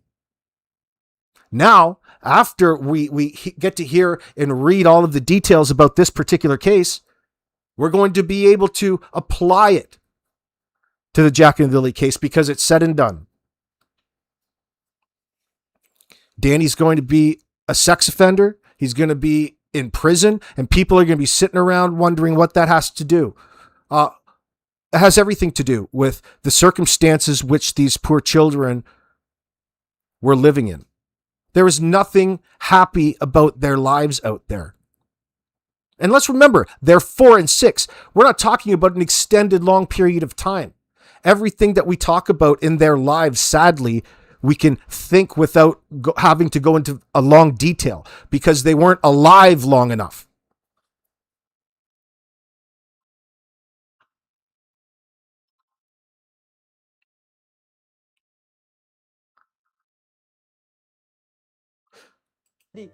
So she's gonna do it to Daniel so Daniel don't get custody. She don't want Daniel to have nothing.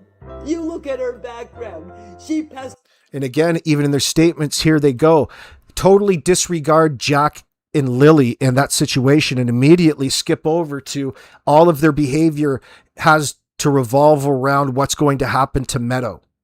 Because that's what's prioritized even in their house of horrors.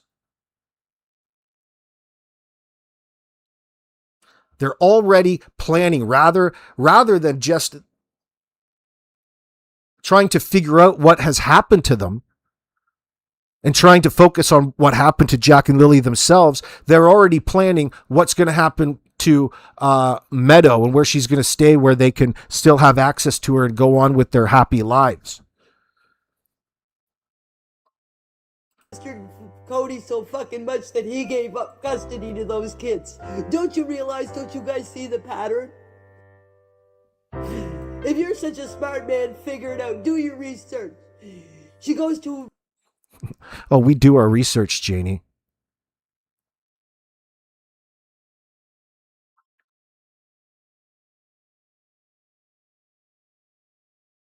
Do her laundry on Wednesday over at her grandmother's. She comes back with no clothes.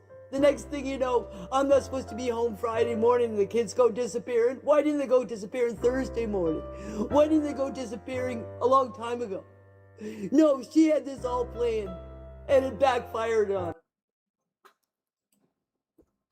Shannon, you're right. Whatever way you look at this heartbreaking case, MBM put her children in the situation and kept them in the situation of abuse and neglect.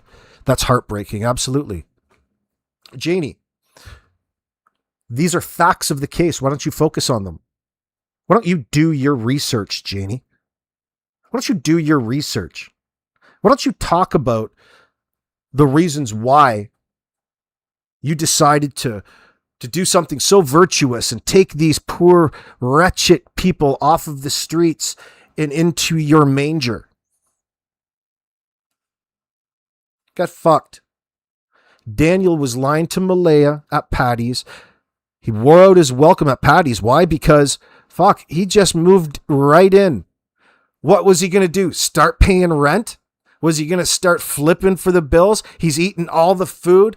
Could you imagine? Oh, come right in. Like,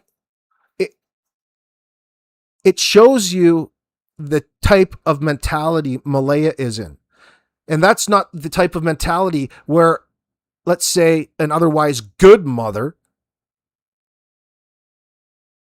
all right, good seems sort of generalized, but listen, you're not focused on your future or the children's future. What did Daniel tell you, that he was a millionaire on paper and he made his wife a millionaire and how rich he was in his properties? And then he takes you out to Garlock Road to this nasty ratty ass fucking trailer. That's not exactly the life that you thought you were going to be out there leading.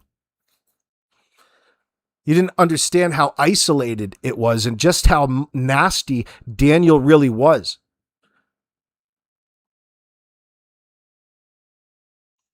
You had problems since the day that you left Patty's, Malaya. You had a choice to go to the reservation, to take the kids out there and have a happy life. Daniel not invited. Thank you, Michelle, very much. I appreciate that. People, you were ready to move. You've got a pattern, a history of disagreements and getting out of the situation. You didn't want to be in there at Garlock Road. You've said it yourself. You never wanted to be there in the first place. We believe you. Fuck you. That's something that you didn't have to even make up. We understand. We can tell. Janie, ask us how we can tell that Malaya never wanted to be in that place in the first place. For the same reason that you're shitting in a bucket right now.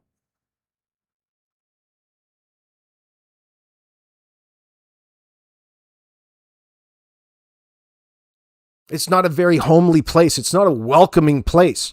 And the company's even worse. Especially from the perspective of Jack and Lilly. Nobody around there respected Malaya. Why would they respect the kids? In fact, there was so much animosity. It just trickles through Janie's voice when she's talking about how she'd go about dealing with the kids when they weren't clothed, for example. That's just one little thing. Imagine all the things that we don't know. And that's going off of what she says for a moment. I know that I said that we need to stop doing that, but I temporarily broke that restriction. What really happened? What really happened doesn't have anything to do with the kids being there that day or opening up that back door or walking out never to be seen again. That should not be in any of our vocabularies. If not already to debunk or talk down about how nonsensical it is.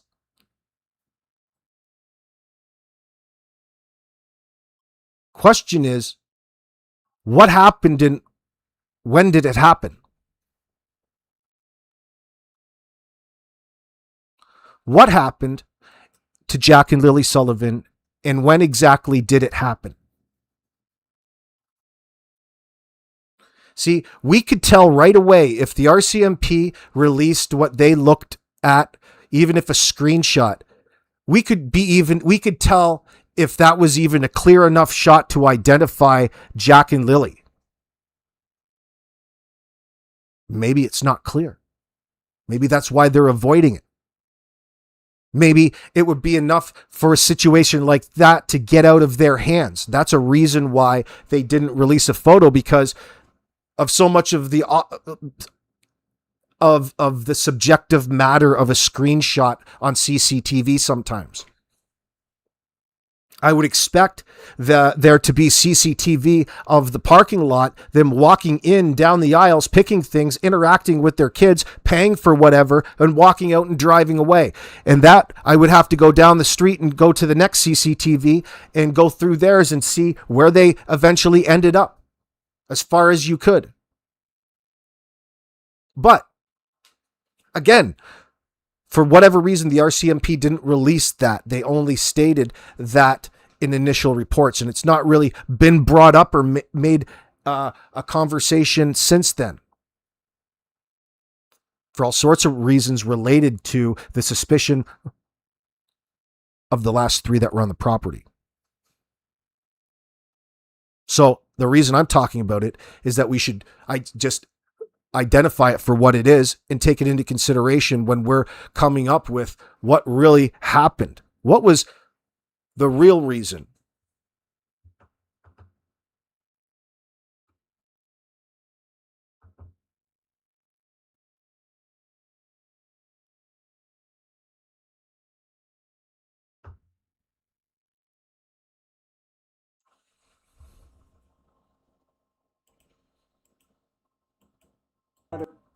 She knows where those kids are, I guarantee it. Until you do some research, you're not going to figure it out. You're just going to keep blaming us for something we did not do. It's so bizarre that the last three people to see Jack and Lilly alive at this point are pointing fingers at the other ones within this small group, this small intimate group that all lived on the same property. as though they're not already in the know and this all happened behind their backs and they're just innocent, unknowing victims in all of this. Ridiculous. The fact that you're even in front of a microphone doing this tells us how off what it is that you're saying is. Innocent people don't have the need to be crying on the fucking phone to Mike Demand to the point of him making such a fantastic video.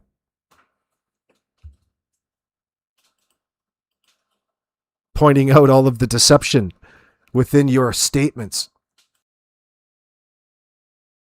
If you're so smart, look into it.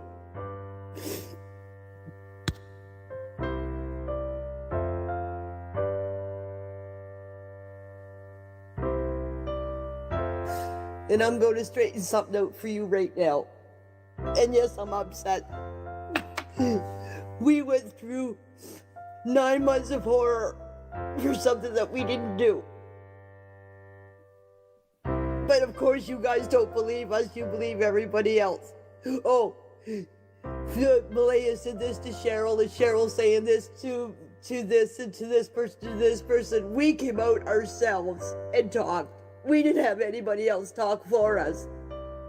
At least we have the guts to try to prove our innocence. But Malaya, she's hiding behind everybody else. So Cheryl can make up anything she wants and tells anybody, and you guys believe her. But we came out and told our side of the story. We did, not Malaya. So what in the fuck is Malaya hiding? She's got to be behind something if she won't come out and talk to herself about her. Talk to herself. I'm sorry, I'm so upset because this has gone on long enough. So why isn't she talking for herself? Why did she have to talk to somebody through somebody else to make up bullshit? And everybody believes it. And another thing I'm going to set straight for you too. That's the only dog I have. There was no other dog. No dog killed those kids. Those kids are still alive. And I guarantee it they are. You can guarantee that Jack and Lilly are still alive? Why is that again? Oh, because my heart tells me so. Ba-dum-bum. Because they left here Friday morning. I heard them Friday morning. Where they went, I don't know. No, they didn't. So that's why I'm saying you sit down and you look at the facts instead of believing everybody. At least we have the balls to talk for ourselves and not hide behind somebody else. At least we have the balls. At least we got the balls. She slipped back into her regular old Jamie. Janie, you're fucking butch, honey. At least we got the balls. We got the balls.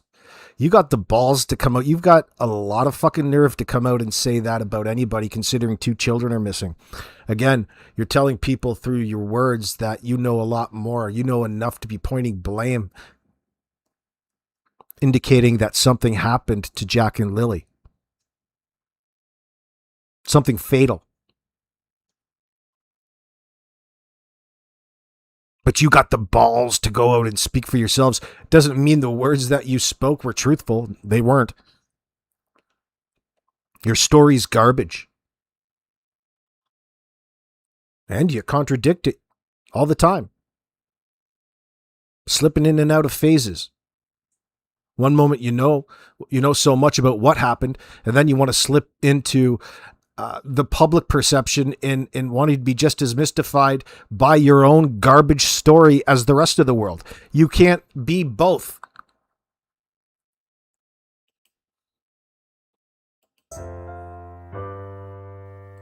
That is the problem with the people on this internet. Jump to the first thing you hear. And yes, I'm pissed off because Belinda said that she heard it. Guys, you're jumping on the first thing that you hear. Jumping on the first thing you hear. It all goes back to your participation in the event that took Jack and Lily's life, the fact that they're no longer alive and not coming back.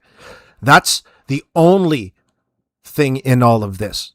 no matter which way or which route you choose to take to that end goal, it's still all your responsibility. All of it.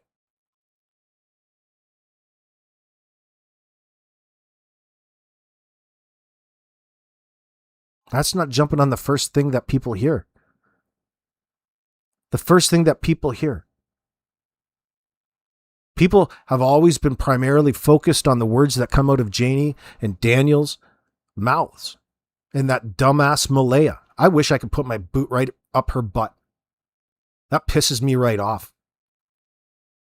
Her behavior speaks volumes.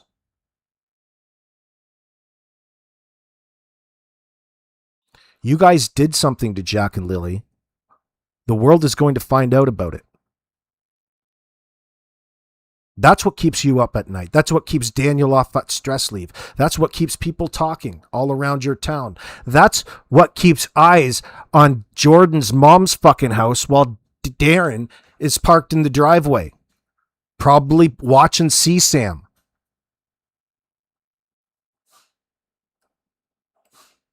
Big dog. It doesn't matter how big the dog is, how big the bark is. It could be a tiny dog with a big bark until you have proof. But no, you guys believe everything you fucking hear from everybody. Could you believe it? You guys believe everything you hear. So it's because we hear things, random things, where somehow, no, I don't think that's it. I don't think that you're even close. That's what you want to be true. No, we come up with all of these things ourselves. We're not relying on people to tell us anything, unless you're meaning people like eyewitnesses who contradict your story that particular day, which is oh so important. You guys are in a world of fucking trouble.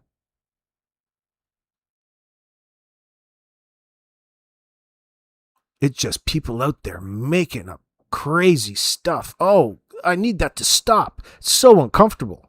The only person that kind of thing would be uncomfortable to is to a person who's fabricating a narrative, who needs to have people persuaded or believe in their garbage in order for them to get away with the crime.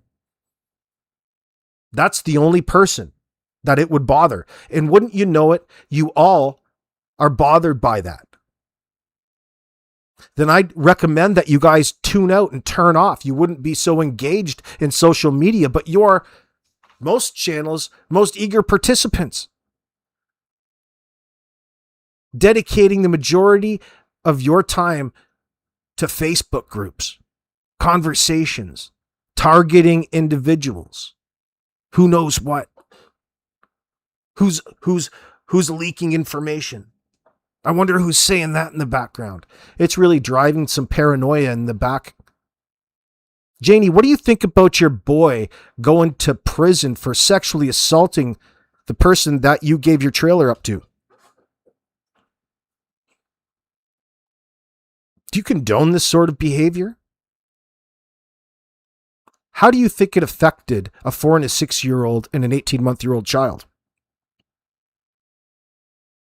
There's some really troubling behaviors going on around that house, including in the days leading up to Jack and Lilly being reported missing, disappearing.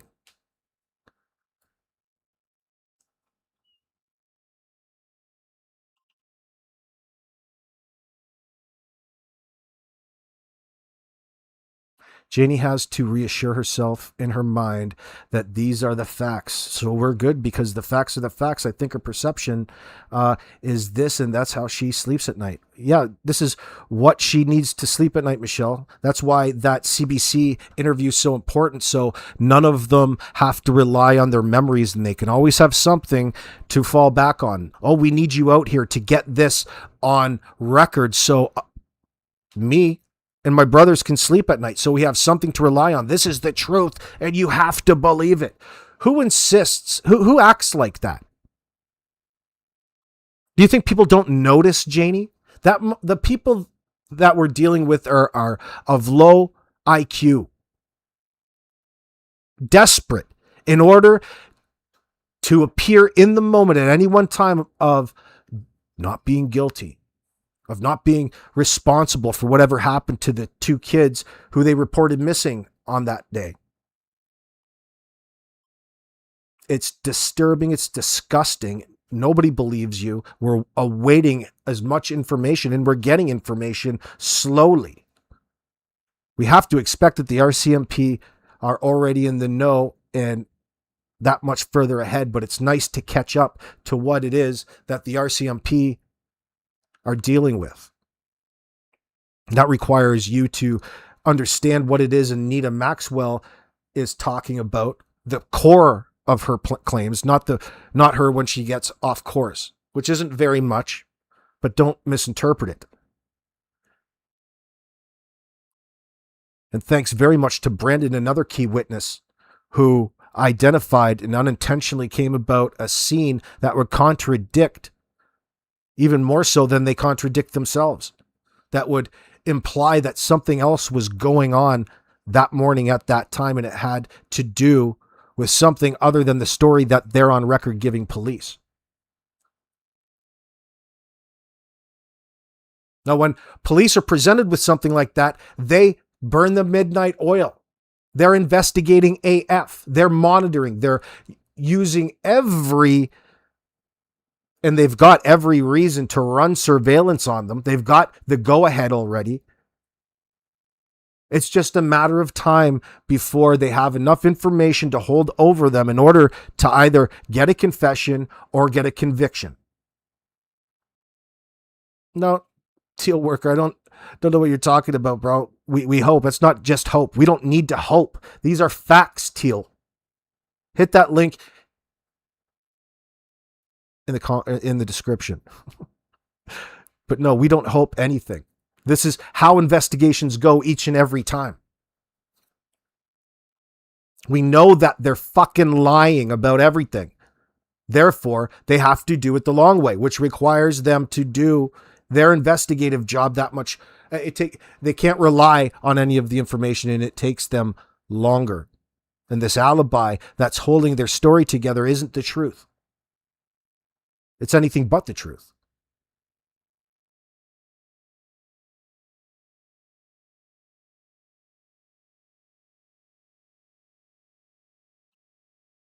Huh?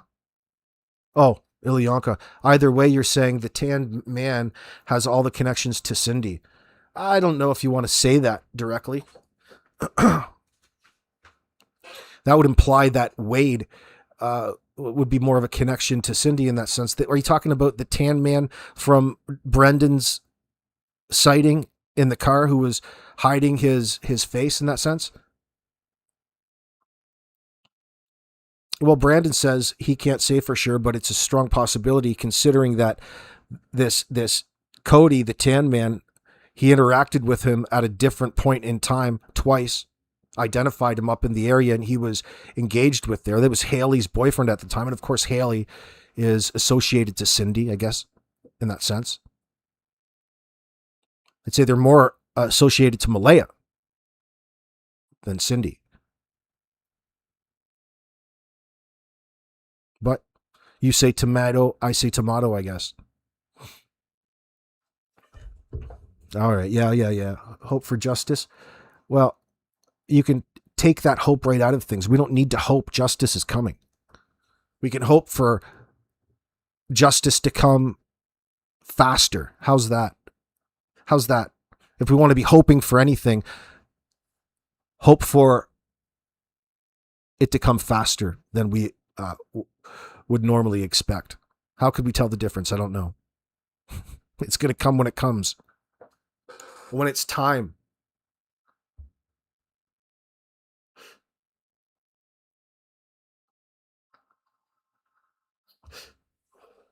Oh yeah. Well, I gotta say, Miss Queenie, I'm just saying, I gotta be clear what Brandon's saying in that he's not identifying him, although it fits his description to a T. And it just makes sense because when you look at the people in the car and how they and where they had to go that particular day, like immediately right after that, they went and picked up Haley. and brought her back to find the blanket in the tree that was associated to the garbage bag. The same tree that had other things in it. Pink t-shirts and other shirts that were identified by Brendan at 10:38. By the way, he didn't see any blanket in the tree. So it tells you something else is up, as though they planned the event and they wanted Haley to be their witness that day, who didn't have anything to do with any of the planning of the crime, an independent witness that they're introducing. They led her to find it, type of thing.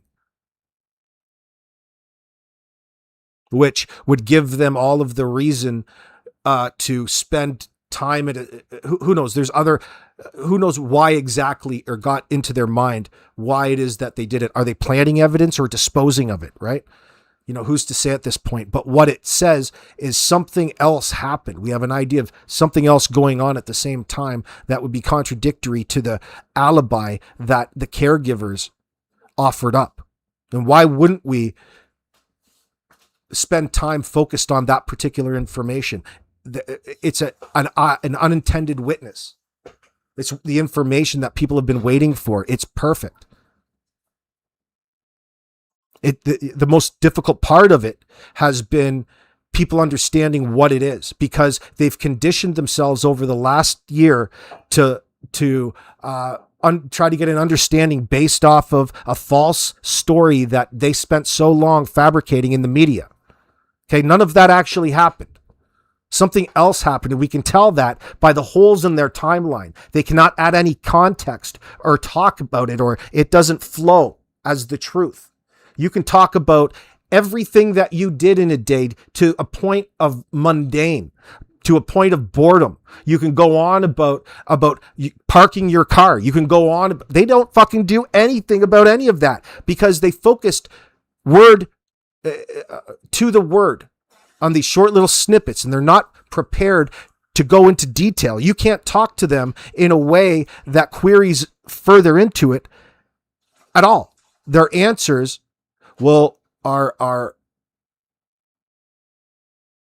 the answers are taken and answered in a way that don't relate to the question asked, as a way to get out of the conversation in the moment. And they use their own rhetoric at this point, their own script, their story that they initially told the CBC. Like, how many times do you want to talk about the same stupid fucking thing about something that doesn't have anything to do with Jack and Lilly? About where you were at any point in time.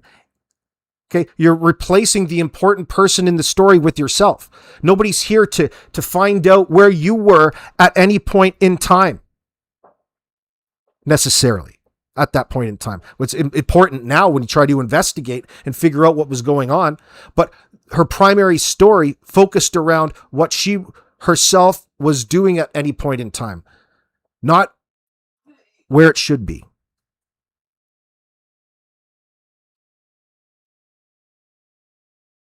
And ain't none of them addressed any of the issues with their claims. It's not even important. It's just a small part of it. But it all points to, again, back to the reason why we all take it upon ourselves to piece together our own objective timeline and the possibilities. Guess what? It doesn't matter about all of the finite details. It all leads back to you guys killing the kids, disposing of them, and conspiring to cover it up. And you have every reason in the world to need to do that. Right? And you want to talk about the whole other side of this case has to do with the conditions and the type of environment, living environment, and the pressures that you put on yourselves due to your debaucherous behavior, your degenerate lifestyles, and your lies that came with the use of hard substances.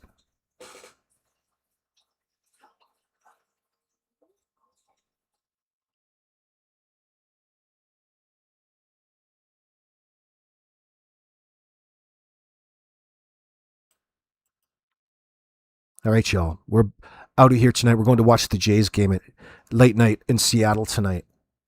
We'll be back again tomorrow. Thanks for tuning in. We'll pick it up when we dropped it off tomorrow. But we're talking about Summer Wells tomorrow too. So, well, maybe we'll have 2 streams. But anyway, thanks guys for joining, and screw you, Danny, Darren, Jordan, Malaya, Janie. Fuck you.